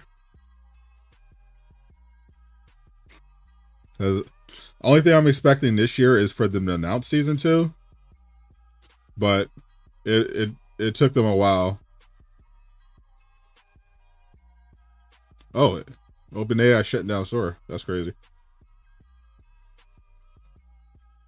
Yeah, I'm expecting them to announce it, but it took them like, oh, it's definitely not going to take them nearly as long to make season 2 as they did season 1, especially with all the resources and everything like that.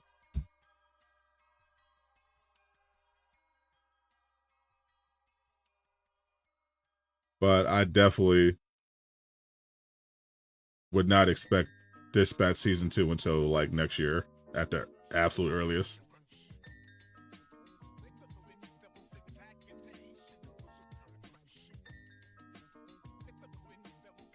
Assuming they're working on it now.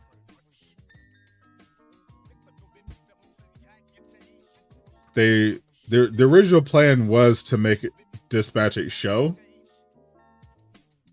It was originally written as a show, as a live action show. Then they started changing it around, did some animation. Then they decided, no, it's actually better as a video game, a Telltale style video game, which was the right choice. But they still said that they're looking to go back and do something, probably for Amazon. I remember I saw Critical Role talking about it, how they had interest in doing some kind of Amazon Dispatch spinoff, whether it's like a movie or something. So that's definitely a project that will be in the works. Have I checked out the animated shows? Tubi. I've never watched a single minute of Tubi. I see all the memes about Tubi. I have not actually watched any Tubi at all. I have my hands full just getting through the streaming services that I'm already subscribed to. I did watch Hitmonkey though. Both seasons of Hitmonkey on Hulu. Very good. That was one of the Marvel shows that I hadn't gotten to yet. That was bugging me. Especially since Marvel Rivals teased Hitmonkey. So I wanted to get on that. Because I think I've seen every other Marvel thing except the Groot specials. And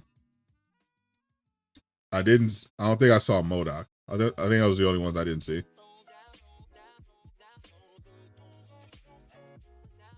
Yeah, I imagine if you're like driving all the time, you don't have that, can't really game that much.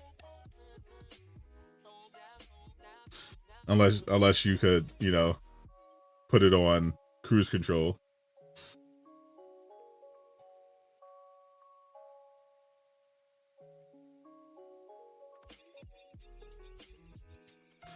Yeah, I remember like watching shows and movies about truck driving, and it seemed like they seemed to like properly romanticize it. Like, oh, just you in the open road, stopping in these cool little spots for good burgers and fries, milkshakes, pie, couple prostitutes.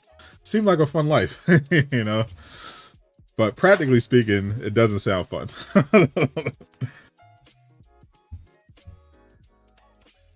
Happy to home, Oregon. That's what it's all about. Being home with the fam.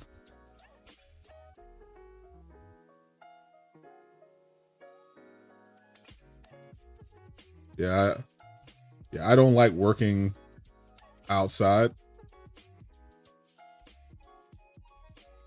You gonna pick me up? We could do a few loads. That sounds crazy. Hold on, pause.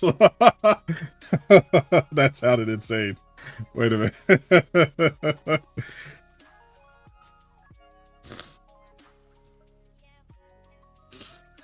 I ain't trying to do no loads with nobody. Hold up. That's insane. No, thank you.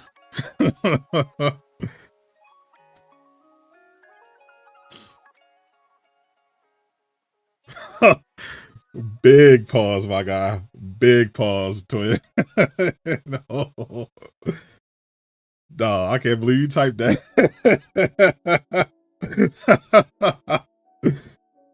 That would have, not gonna lie, I would have never hit send on that, gang.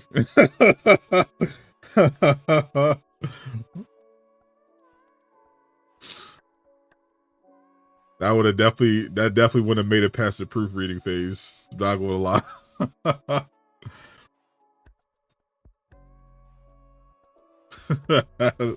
That's wild work. No way.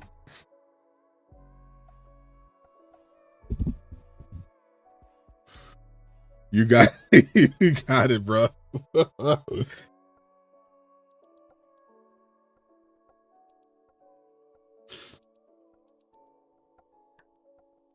No, I never personally been like big into like driving anyway. or cars in general. So that'll save me. This definitely good clip. Oh yeah, it's definitely a good clip. Cause I get car sick as well. So I never like really being in cars anyway. Even as a passenger. So I'm fine chilling in the crib, playing my games, not dealing with anyone's loads. I'm good.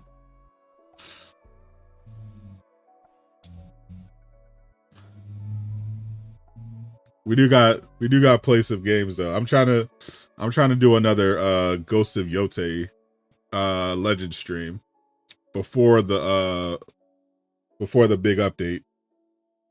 They're doing the raids like next month, I think. But I haven't streamed it since the first day. And I still haven't finished all the story missions, done any of the incursions. So I feel like that could be cool if anyone's playing Ghost of Yote Legends. They want to run some games. I'll be down to set that up. So I've been enjoying. I definitely went crazy for the first week. Just got all the gear. Daily preview for now. Yeah. Yeah, it always helps to take a beat, take a little bit of time before you hit send. Like whenever I type a message, I always pause and be like, all right, let me look at this first. Check out by Yote. I definitely recommend it. Just for the Legends mode. I enjoyed the story mode aspect of it, but I love that you just pick it up and go right into Legends mode. You don't have to even touch the story.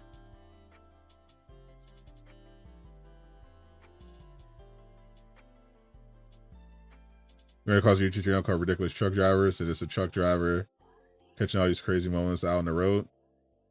You should start making some videos, be a content creator, start monetizing your truck driver journey. If it pops off, you could make enough money to potentially not be a truck driver. It took me 3 months to finish the story. That is correct. I finished like 2 games. I think I literally finished 2 games before I finished Ghost of Yote's story, because I kept doing side quests. Yeah, definitely. It's some definitely little dash cam.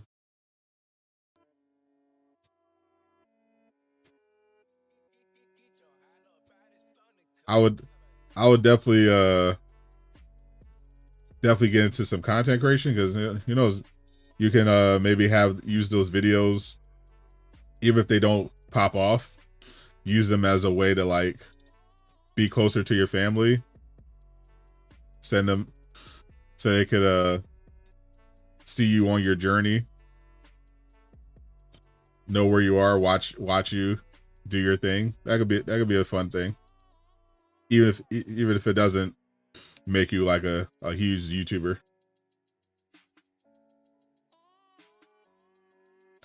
Guys, you went to trucking or 25 in. Yeah, that definitely makes sense. Like, it definitely feels like a job that caters to young people and loners. people who don't have a lot of attachments, don't have really much. They just need something with money. They don't care about the commitment or anything like that. But yeah, I think you should definitely look into filming. If you have to do all these long hours anyway, might as well get something out of it that could potentially, you know, help you, help the fam. You know, you can record some videos of you on the road. You can maybe figure it out, do some live streaming.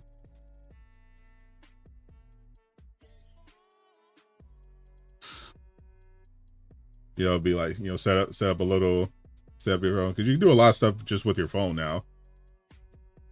Because I know my boy Joseph Whitty, shout out to the Whitty fam. He works at he keeps it a mystery, but he works at some kind of warehouse. And when he's not home, sometimes he'll just go live on his phone from his warehouse. And you know, just chat with people when he has some free time at work.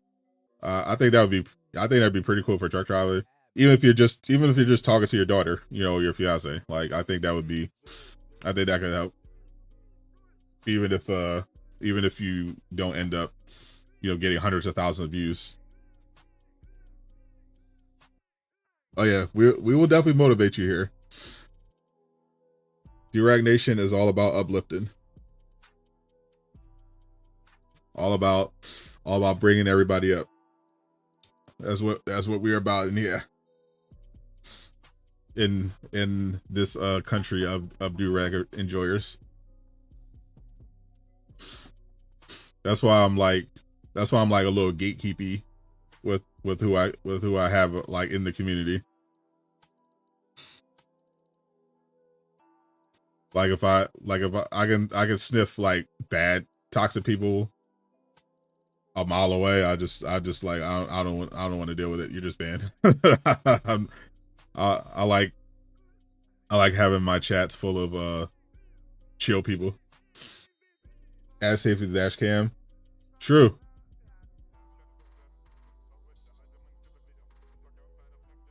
Swooping squad. Also police, just in general. Maybe gave your daughter a shout out. Just wanted to tell you theory. Is there? It's out there earlier. Just.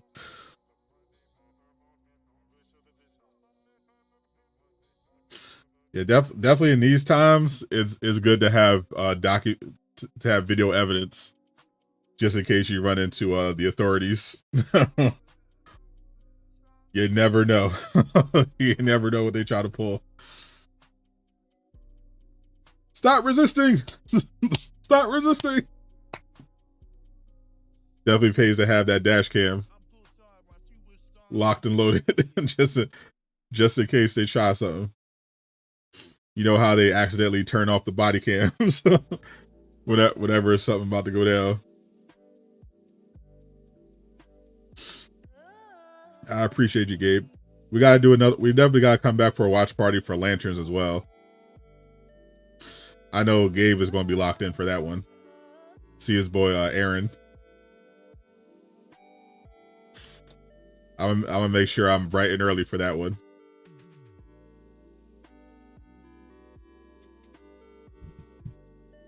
When is Laners?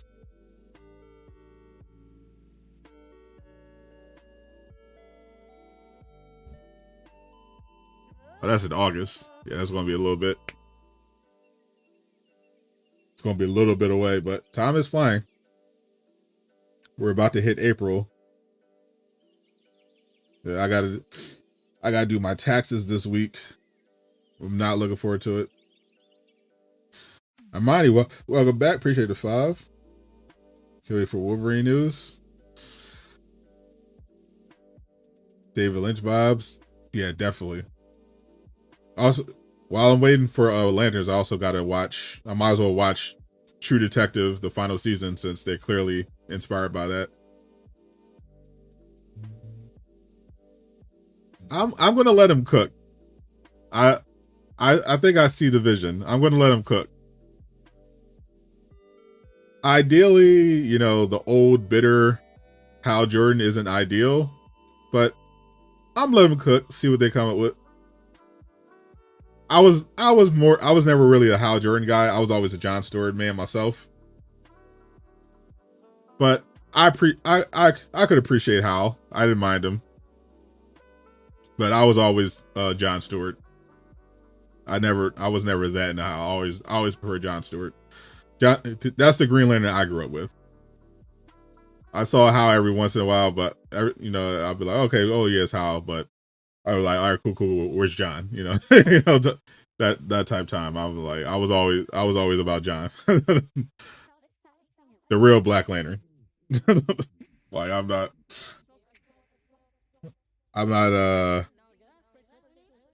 not the biggest Hal fan. I think he's okay, but I thought John always had the most aura.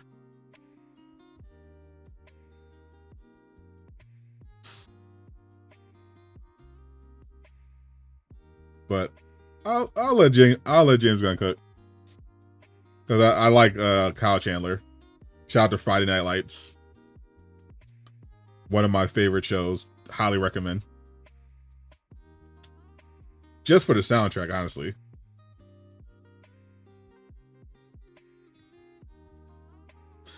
If you stream for a job, aren't the games you buy a work expense? Actually, yes, they are a tax write-off. Yeah, if I buy anything video game related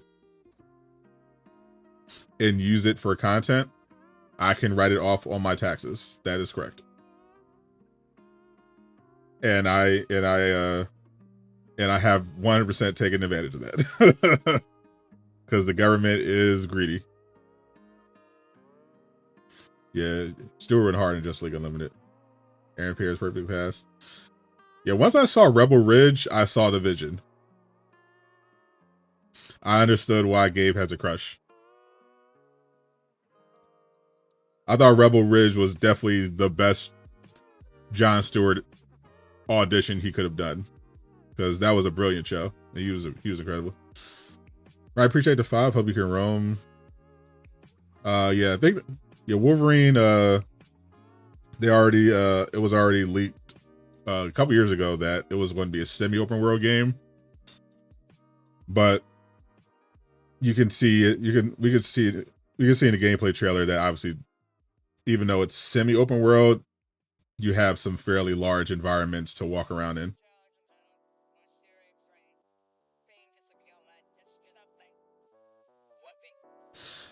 Yeah, sometimes I'll just go ahead and be like, F it, just get the upgrade, because I know I can just write it off.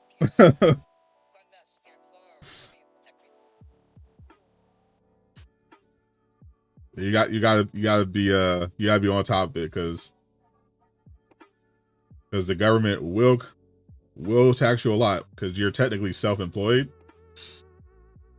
So they tax you a lot.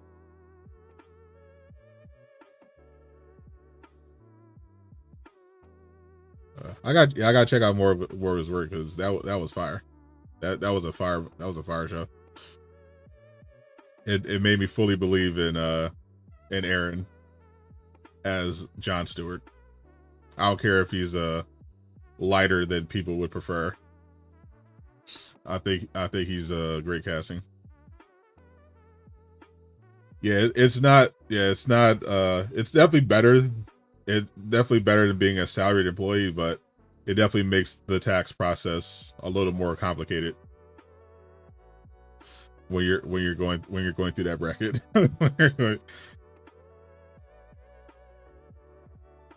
Especially once your income reaches a certain amount.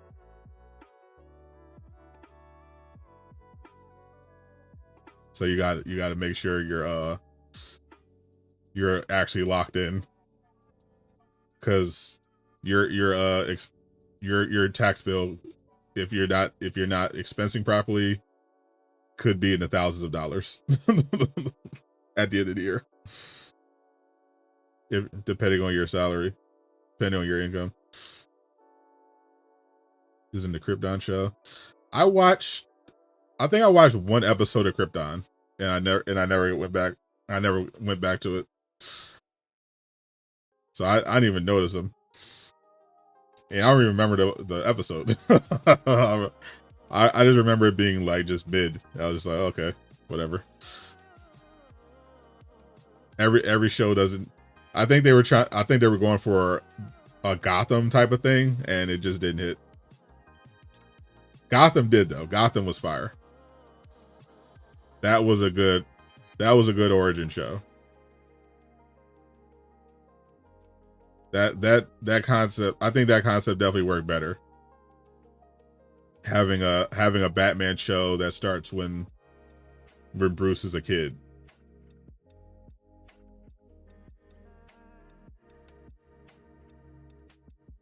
That definitely worked out. Krypton, not so much.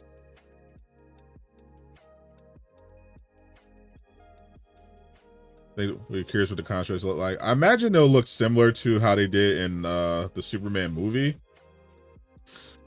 But I'm wondering if I'm assuming it's not going to be as many effects. Just my hunch with the vibes of the trailer. I'm thinking that it's not going to be a big CGI fest. So the scenes where they're using throwing constructs around will probably be a little more constrained, or maybe they're just hiding most of it. That's the one theory. They're hiding most of the effects in the trailer because they're trying to set the vibes as being a little more grounded, True Detective-y. Because Peacemaker, because I can't imagine Peacemaker has a substantially bigger budget than Lanterns. And that show has some pretty good effects. So I'm not that worried about the effects, the visual effects.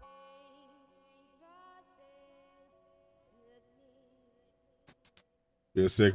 Binge watch Gotham, made it back. We good. Yeah, it was good. It was way better than it had any right to be.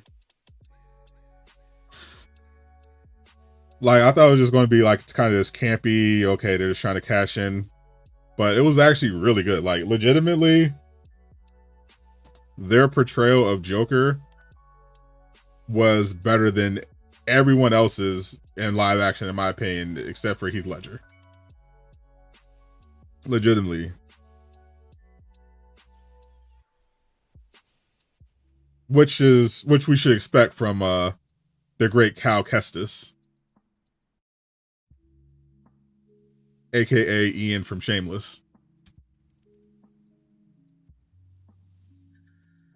But he was insane as Joker. he he did not. I don't even think they knew how good of an actor they had on their hands when they wrote that part for him. Like, because he snapped. I was like, wait a minute. They did just top every live action Joker apart from Ledger. That's crazy. Yeah, who would have thought Cal Kestis would also make a great Joker? That's kind of what happened with Heath Ledger. They thought, I remember before The Dark Knight came out, people were like, Heath Ledger, the guy from 10 Things I Hate About You?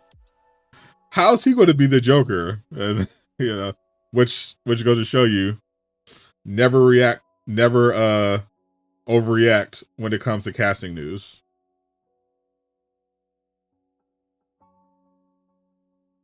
Trust more so in the actor and their abilities, more so than what you know them from. Yeah, he's definitely one that I'm glad they didn't erase. Like, still need that live action Cal Kestis movie or show though. Definitely need to see him play the character in live action.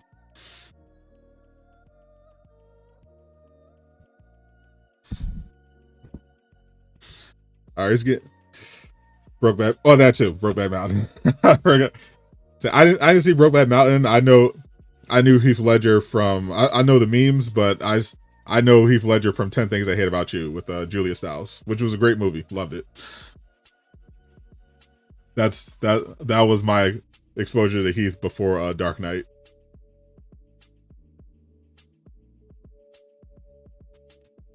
Rest in power, Mr. Ledger.